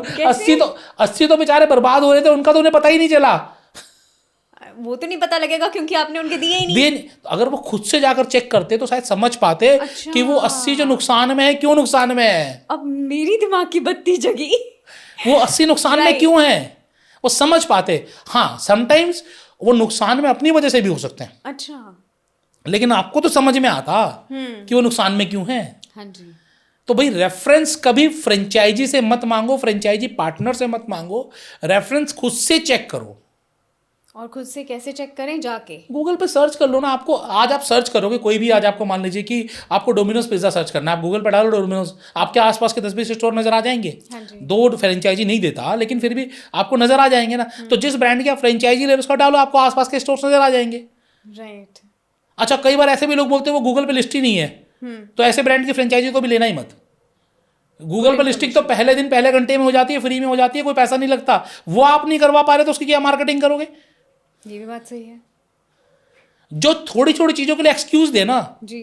तो आप समझ लेना कि वो लाइफ में जब भी आप बोलोगे मैं नुकसान में हूं तो आपको एक्सक्यूज देगा, जब बोलेगा मेरा माल नहीं बिक रहा तो आपको एक्सक्यूज देगा, जब बोलेगा कि मार्केटिंग करवा दो तो एक्सक्यूज देगा, जब बोलोगे मेरे पास शेफ नहीं है या फिर मेरे पास आदमी नहीं है इसको सेल करने के लिए, आप कोई पर्सन हायर करवा दो तो भी आपको एक्सक्यूज देगा। जिंदगी भर उस ब्रांड से आपको एक्सक्यूज ही मिलेंगे, कभी पैसे नहीं मिलेंगे। राइट। तो हमें ऐसे ब्रांड्स को इग्नोर करना चाहिए। इग्नोर करना चाहिए, बिल्कुल। Okay, this is a very good information. तो जैसे हमारे सैलरीड प्रोफेशनल्स होते हैं, उनके पास समटाइम्स सिचुएशन ऐसी होती है, they are at operational level and they are earning in a way hand to mouth situation में रहते हैं वो ज़्यादातर, तो अगर उन्होंने कुछ शुरू करना है तो वो क्या शुरू करें? अगेन यहाँ पर आपको IAS फॉर्मूला वापस से लगाना पड़ेगा जी। कि आपका इंटरेस्ट कहाँ है, आपकी एबिलिटी क्या है और बिजनेस में स्कोप कहाँ है। आज के समय में कोई भी ऐसा बिजनेस शुरू कर लो, कोई भी ऐसा बिजनेस जहाँ पर आपको लग रहा है कि आप कम मार्केटिंग में कम लोगों को इन्वेस्टमेंट करके आप कमा सकते हो। ऐसे बहुत सारे बिजनेस हो सकते हैं। जैसे हमने डिस्कस किया कैफ़े का बिजनेस। हाँ जी। ठीक है, कैफ़े बिजनेस आप 30 लाख में भी शुरू कर सकते हो, लेकिन वही कैफ़े बिजनेस 3 लाख में भी शुरू हो सकता है। Absolutely. ठीक है ना। तो ऐसे बहुत सारे ब्रांड्स हैं जो मैंने प्रमोट किए। मैं किसी ब्रांड का नाम नहीं लूंगा, लेकिन आप एक चीज़ समझिए, एक कॉफ़ी मशीन आनी है 20-30 हज़ार रुपये की, ठीक है ना, फ्रीज़र आना है, कुछ आपके इक्विपमेंट आना है जो 20-50 हज़ार रुपये में आ जाएंगे। अगर आपको बर्गर का ही शुरू करना है, पिज़्ज़ा का ही शुरू करना है, या आपको वेफल्स का ही शुरू करना है, ये सारे इक्विपमेंट 20,000 से 50,000 रुपये के बीच में आ जाते हैं। तो लाख रुपये के सारे इक्विपमेंट्स आ गए। 20-25-50 हज़ार का स्टॉक, 20-25-50 हज़ार का आपका इंटीरियर, 2 लाख रुपये के अंदर आपका बिजनेस चालू। Very nice. ठीक है ना। इसी को आप, अगर आपने मान लीजिए कोई दुकान भी किराए पे ली है, तो दुकान का किराया लगा लें, ठीक है ना, और कोई खर्चे लगा लें, तो भी आप 3 लाख में इस पूरे कैफे को स्टार्ट आसानी से कर पाओगे। तो आप ये शुरू कर सकते हो। जैसे मैंने आपको बताया कपड़े का बिजनेस, चलो अपना बिजनेस नहीं करना तो बहुत सारे लोग आपको फ्रेंचाइजी भी दे रहे हैं। एक ब्रांड है स्टाइलॉक्स, ठीक है ना, सिर्फ 2 लाख रुपए लगाकर आप उनसे कपड़े मंगवा सकते हैं। अच्छा। और रिटेल में आप उसको सेल कर सकते हैं और अच्छा पैसा कमा सकते हैं। और वो करण जौहर के शो में भी आए, अक्षय कुमार जी भी उनके बारे में बात की, टाइगर श्रॉफ के साथ उनका फोटोग्राफ है। मतलब कि ऐसा नहीं है कि आज के दिन आपको बिजनेस शुरू करना है तो आपको 20-50 लाख रुपए होने की जरूरत है। आप 2-5 लाख रुपए में फ्रेंचाइजी भी ले सकते हैं। कई सारे प्री स्कूल हैं जो 75,000 रुपए से लेकर 5 लाख रुपए के बीच में आपको फ्रेंचाइजी दे रहे हैं। सारा सेटअप प्रोवाइड करा रहे हैं। सिर्फ 75,000 से शुरू कर सकते हो। थोड़े से अगर जैसे आप इक्विपमेंट बढ़ाते चले जाओगे, प्रोडक्ट बढ़ाते चले जाओगे, इन्वेस्टमेंट बढ़ जाएगी। आपको कोचिंग सेंटर्स की फ्रेंचाइजी मिल जाएगी कम इन्वेस्टमेंट में। आपको ऐसे बहुत सारे बिजनेस है, मतलब बिजनेस की कमी नहीं है। अगर आप AI से जुड़ा हुआ कोई बिजनेस करना चाहते हैं तो AI सेल्स बेस्ड प्रोडक्ट का आपको बिजनेस मिल जाएगा। 1.5 लाख रुपए में आपको पूरा आपका सॉफ्टवेयर मिल जाएगा, सेल करो। जो जन सेवा केंद्र होते हैं जहाँ पर बहुत सारे डेली यूजेस की जो समस्याओं का समाधान होता है, वो आपको 1 लाख रुपए में आपके नाम का बनकर मिल जाता है, वाइट लेबलिंग बनकर मिल जाता है। आप अपना खुद का कोई प्रोडक्ट लॉन्च करना चाहते हो, खुद का अपना कोई प्रोडक्ट लॉन्च करना चाहते हो, चाहे कॉस्मेटिक में हो, परफ्यूम में हो, आयुर्वेदा प्रोडक्ट हो या कोई और प्रोडक्ट हो, ये 1,50,000 2 लाख रुपए में आज शुरू हो जाते हैं। एक ब्रांड है 8.5 रिसर्च, जो नेचुरल बेस्ड प्रोडक्ट है, जहां पर आपने शायद सुना भी नहीं हुआ कि ये टॉयलेट क्लीनर है। क्या आप कभी उसको टेस्ट कर पाओगे? ठीक है ना, क्या यक लग रहा है ना। लेकिन उन्होंने साबूदाना स्टार्च और आलू के स्टार्च से बना दिया। अच्छा। दो it's not for eating, but वो बोलते हैं ये इतना नेचुरल है कि समटाइम्स अगर गलती से किसी के हाथों में लग जाए, किसी की जीभ में लग जाए, तो वो नुकसान नहीं पहुंचाएगा। अच्छा। टेस्ट तो यक होगा उसका, लेकिन नुकसान नहीं पहुंचाएगा। दैट इज, मतलब आज के समय में देखिए क्या होता है, जो महिलाएं आज भी हाथ से कपड़े धो रही हैं, किचन में बर्तन मांज रही हैं, या परफ्यूम यूज कर रहे हैं आप, ठीक है ना, उनमें क्या केमिकल है क्या नहीं आपको नहीं पता। जब वो 100% हर्बल और ऑर्गेनिक होगा तो वो एटलीस्ट हो सकता है कि उसका परफॉर्मेंस 99% हो, लेकिन उसको सेफ्टी 100% होगी उसकी। ठीक है ना। वो सिर्फ 3.5 लाख रुपए में फ्रेंचाइजी दे रहा है। मतलब विद पेटेंटेड फ्रेंचाइजी 3.5 लाख रुपए में आपको मिल रही है। तो ऐसे मल्टीपल बिजनेस है। आप किसी भी सेक्टर में जाएं, हर सेक्टर में आपको 0 से शुरू होकर करोड़ों तक का बिजनेस मिलेगा। हर सेक्टर में। तो आज हेल्थ केयर की बात कर ले हम। हेल्थ केयर में आप जेनरिक आधार का नाम लीजिए, टाटा का इन्वेस्टमेंट है उस कंपनी में, रतन टाटा जी ने इन्वेस्ट किया था उस कंपनी में। वो आपको 1 लाख रुपए में जेनरिक आधार की फ्रेंचाइजी दे देते हैं, 3 लाख रुपए में तो पॉलीक्लिनिक की फ्रेंचाइजी दे देते हैं। अच्छा, ठीक है। तो आज आपको सर्च करने की देरी भर है बस। ओके। ठीक है। बहुत सारे आपको कार्ट आप शुरू कर सकते हो। फूड कार्ट्स का बिजनेस बहुत अच्छा चल रहा है। 1 लाख, 1.5 लाख, 2 लाख, 3 लाख रुपए में शुरू हो जाते हैं। ठीक है। आपको क्या करना है, बस खाली किसी को लड़के को खड़ा कर देना। आप जॉब कर रहे हो, जॉब के साथ करते रहो वो काम जी। शाम को बस 1 घंटे आपको जाकर देखना है, या फिर आपको फुल टाइम आपको भी खड़ा होना है। शाम को 6 बजे जॉब खत्म हो जाती है, 7-8 बजे से लेकर रात के 12 बजे तक बहुत जगह चलते हैं कार्ट बिजनेस। राइट। आप खुद भी खड़े हो सकते हो जी। ठीक है। तो ऐसे बिजनेस की कमी नहीं है। आप बिजनेस सोचो क्या बिजनेस कर सकते हो। और सबसे बड़ी चीज, क्या आपको जरूरी नहीं प्रोडक्ट लेना ही है। समटाइम्स लोग क्या करते हैं कि लोगों से कनेक्ट कर लेते हैं, ड्रॉप शिपिंग बोलते हैं इसको बेसिकली, कि आज कोई सोलर वाला है, अच्छा, मैंने सोलर वाले से बात की, सोलर प्लेट 1 किलोवाट कितने की लगेगी, 5 किलोवाट कितने की लगेगी, 10 किलोवाट कितने की लगेगी, इंडस्ट्रियल में कितना होगा, हाउस होल्ड में कितना होगा, उससे सारे मैंने रेट्स लिए, B2B रेट्स लिए। और उसके बाद मैंने फेसबुक पर ऐड चला दिया, एक लड़का बिठा दिया घर पे कॉलिंग करने के लिए कि जब भी कोई आए तो उससे बात करके मीटिंग करके आ जाना और मैं आपको ये लगवा दूंगा। ऑर्डर आ गया आपके पास, आपने सेम ऑर्डर पेमेंट लेने के बाद कंफर्म करने के बाद उसी को प्लेस कर दिया जिससे आप रेट्स लेकर आए थे, उसने सारी इंस्टॉलेशन करा दी। अच्छा केवल मार्केटिंग करके आपने बीच का अच्छा प्रॉफिट कमा लिया। जी, अल्टीमेटली जब फ्रेंचाइजी भी आप ले रहे हो किसी प्रोडक्ट की, जैसे मान लीजिए कि आप किसी कपड़े वाले की फ्रेंचाइजी ले रहे हो, तो अल्टीमेटली सारे कपड़े तो वहीं से आ रहे हैं, हाँ जी, ठीक है ना। तो बेच तो किसी दूसरे का प्रोडक्ट रहे हो, पहले पैसा लगाना पड़ रहा है, तब भी मार्केटिंग करनी पड़ेगी, खर्चे करने पड़ेंगे। यहाँ पर कोई खर्चा भी केवल क्या हुआ, आपका ऐड का खर्चा, लड़के का खर्चा, आपकी जॉब अलग चल रही है, काम अलग चल रहा है। ये बात सही है। तो काम आप कर सकते हो, काम बहुत सारे कर सकते हो, काम की कमी नहीं है। आप मेरे यूट्यूब चैनल पर जाएं, आपको 50 बिजनेस आइडियाज़ मिल जाएंगे। और अभी एक वेबसाइट हमने लॉन्च की है businessbatao.com। इस साल मैंने एक प्रण लिया है कि 10,000 लोगों को एंटरप्रेन्योर बनाना है, 10,000 लोगों को बिजनेस शुरू कराना है। 100 ऐसे बिजनेस वहां पर डाल रहा हूं जो आप आसानी से शुरू कर सकते हो। ओके, मतलब ये लगाओ कि 10,000 रुपये से लेकर 10 लाख रुपए के अंदर आप वो बिजनेस शुरू कर सकते हो। उसके बारे में सारी जानकारी आपको मिल जाएगी और वो मैं स्टार्ट करवा के दूंगा। 1 महीने तक पूरा सोशल मीडिया पोस्टिंग, आपका MSME सर्टिफिकेट, GST सर्टिफिकेट, कोई लाइसेंस चाहिए आपको लाइसेंस, आपको आपका विजिटिंग कार्ड, आपका लेटर हेड, मतलब जो आपको डिजाइनिंग से रिलेटेड, आपको बिजनेस स्टार्टअप से रिलेटेड जो सर्विस चाहिए वो सब करवा के दूंगा और मार्केट से 10% कम में। फैंटास्टिक। मतलब हर चीज आपको एट लोवेस्ट पॉसिबल प्राइस में आपको मिलेगी जो कोई बीट नहीं कर पाएगा। मतलब मकसद यही है कि अधिक से अधिक लोग व्यापार में आए, यही हमारा मकसद है बस। सर मिनिमम से मिनिमम कितने अमाउंट में इंसान फ्रेंचाइजी शुरू कर सकता है?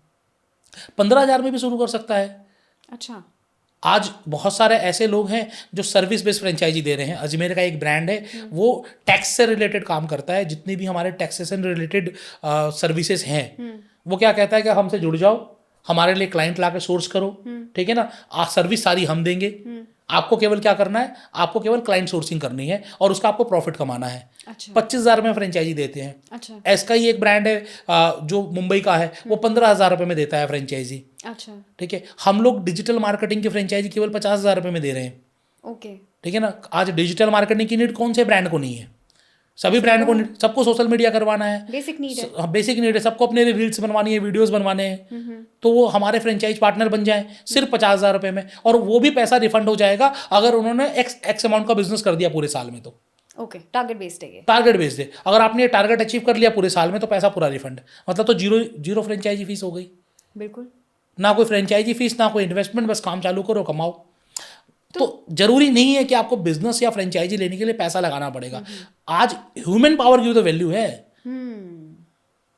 राइट, ये तो important ये है। सब बिजनेसेस आपके businessbatao.com में मेंशन्ड है। मेंशन्ड है, वहाँ आपको सारे मिल जाएंगे। ऑलराइट, तो आप सब इस बात का फ़ायदा उठा सकते हैं। businessbatao.com में जितने भी बिजनेसेस मेंशन्ड हैं उसकी फ्रेंचाइजी ले सकते हो और कम से कम अमाउंट में ले सकते हो, दैट इज़ 15,000, और अपना बिजनेस सेटअप कर सकते हो। जिसमें भी आपकी एक्सपर्टीज़ है आप उस हिसाब से रिसर्च कीजिए, लिस्ट आपके पास है उसमें से चूज़ कीजिए और अपना बिजनेस सेटअप कीजिए। आज के पॉडकास्ट को क्लोज करने से पहले एक सवाल, फाइनल सवाल आपसे पूछना चाहते हैं हमारे इन्वेस्टर्स के लिए कि अगर कोई इन्वेस्टर इन्वेस्ट करने का सोच रहा है तो वो क्या एक थॉट है जो वो अपने दिमाग में रखे और तब वो इन्वेस्टमेंट का सोचे? सबसे पहली चीज, franchisee is not an investment, okay, it's a pure business. तो अगर आप फ्रेंचाइजी लेने की सोच रहे हो तो आपके दिमाग में ये होना चाहिए कि इसमें मुझे समय देना पड़ेगा, बिना समय दिए इस बिजनेस से मैं पैसे नहीं कमा पाऊंगा। आइदर समय खुद दें या फिर आपका कोई और पर्सन समय दे, लेकिन समय तो देना ही पड़ेगा। ये दिमाग में आपकी सोच होनी चाहिए। दूसरा, अगर आप इन्वेस्ट ही कर रहे हो किसी ब्रांड के अंदर, लेट सपोज कि आज मुझे लगा कि कोई ब्रांड बहुत अच्छा है और मैंने कहा ठीक है मैं इसमें इक्विटी पार्टनर बन जाऊं, इन्वेस्टर बन जाऊं, तो आपको उसका पूरा बैकग्राउंड चेक करना चाहिए। आपको ये देखना चाहिए कि फ्यूचरिस्टिक वो बिजनेस है कि नहीं है, अभी तक जो काम कर रहा है वो कितने प्रॉफिट में काम कर रहा है, अगर प्रॉफिट नहीं आ रहा है तो उसके पीछे रीज़न क्या है, उसकी एफिशिएंसी रीज़न है, उसकी मार्केटिंग रीज़न है, उसकी क्वालिटी रीज़न है, उसकी प्राइसिंग रीज़न है, या फिर डिमांड रीज़न है। बहुत सारे रीज़न हो सकते हैं। अगर वो रीज़न हटाकर उसे प्रॉफिट में हम ला सकते हैं। लेट सपोज आज कोई ब्रांड है, मुझे लग रहा है कि वो अपनी एफिशिएंसी की वजह से नुकसान में है, अगर मैं वहाँ पर इन्वेस्ट कर दूँ और मैं अपना थोड़ा सा समय लगा दूँ और उसे गाइड कर दूँ तो वो पैसा कमा लेगा। तो आप इन्वेस्ट करिए। तो सोचकर समझकर इन्वेस्ट कर, बस मैं इतना ही कहना चाहूँगा। चलिए, आज आपको बहुत अच्छी एडवाइजेस मिली हैं बिज़नेस से रिलेटेड। जो लोग अपना बिज़नेस स्टार्ट करना चाहते हैं, जिनके अपने स्टार्टअप्स हैं, जिसके स्टार्टअप्स डाउन हो गए हैं, वो हमेशा आशीष अग्रवाल से कनेक्ट कर सकते हैं franchisebataao.com के थ्रू। और आपके पास businessbatao.com की अवेलेबिलिटी भी है। आप अपनी लिस्ट ओपन कर सकते हैं बिज़नेस की और चेक कर सकते हैं कि कौन सा बिज़नेस आप करना चाहते हैं। लेकिन अगर आपको कोई भी क्वेश्चन लाइव पूछना हो और आपके दिमाग में और सवाल आ रहे हों जिसके अभी इस पॉडकास्ट में जवाब नहीं मिले, तो आप हमारे कमेंट सेक्शन में लाइव ज़रूर लिखिए, सो दैट अगर हमारे पास 100 लाइव्स कलेक्ट हो जाते हैं और मोर देन 100, हम आपके सवालों के जवाब देने लाइव पॉडकास्ट में ज़रूर आएंगे। Thank you so much Ashish sir, दिल से विद सिमरन पे आने के लिए और लोगों को इनसाइट बिजनेस का समझाने के लिए और उनके अपने बिजनेस में कैसे प्रॉफिट हो सकता है, बिजनेस कैसे स्टार्ट किया जा सकता है, उसके लिए हेल्प करने के लिए। बहुत बहुत धन्यवाद आपका बुलाने के लिए। आप बहुत बेहतरीन काम कर रही हैं। पॉडकास्टिंग के जरिए लोगों तक नॉलेज पहुंचाना भी, आप ये समझिए कि लोगों को बहुत अच्छी नॉलेज, बहुत अच्छी शेयरिंग आप जो एक्सपर्ट्स के माध्यम से दे रही हैं, तो ये भी एक बड़ी सेवा है। तो आप इसी तरीके से दिल से सेवा करते रहिए। और आप सभी लोगों को अगर अच्छा लगा हो तो लाइक, कमेंट और शेयर ज़रूर करें। लोगों की मेहनत की आप मोटिवेशन सिर्फ आप अपने एक लाइक से और एक कमेंट से कर सकते हैं, तो ये करना भूलिएगा मत। आज का कॉन्वर्सेशन सिर्फ फ्रेंचाइजिंग पर नहीं था, बट रियलिटी चेक, माइंडसेट और बिजनेस बिल्डिंग पे था। थैंक यू वेरी मच दिल से सिमरन के साथ कनेक्ट होने के लिए। अगले एपिसोड में हम जल्द आएंगे एक मीनिंगफुल कॉन्वर्सेशन के साथ।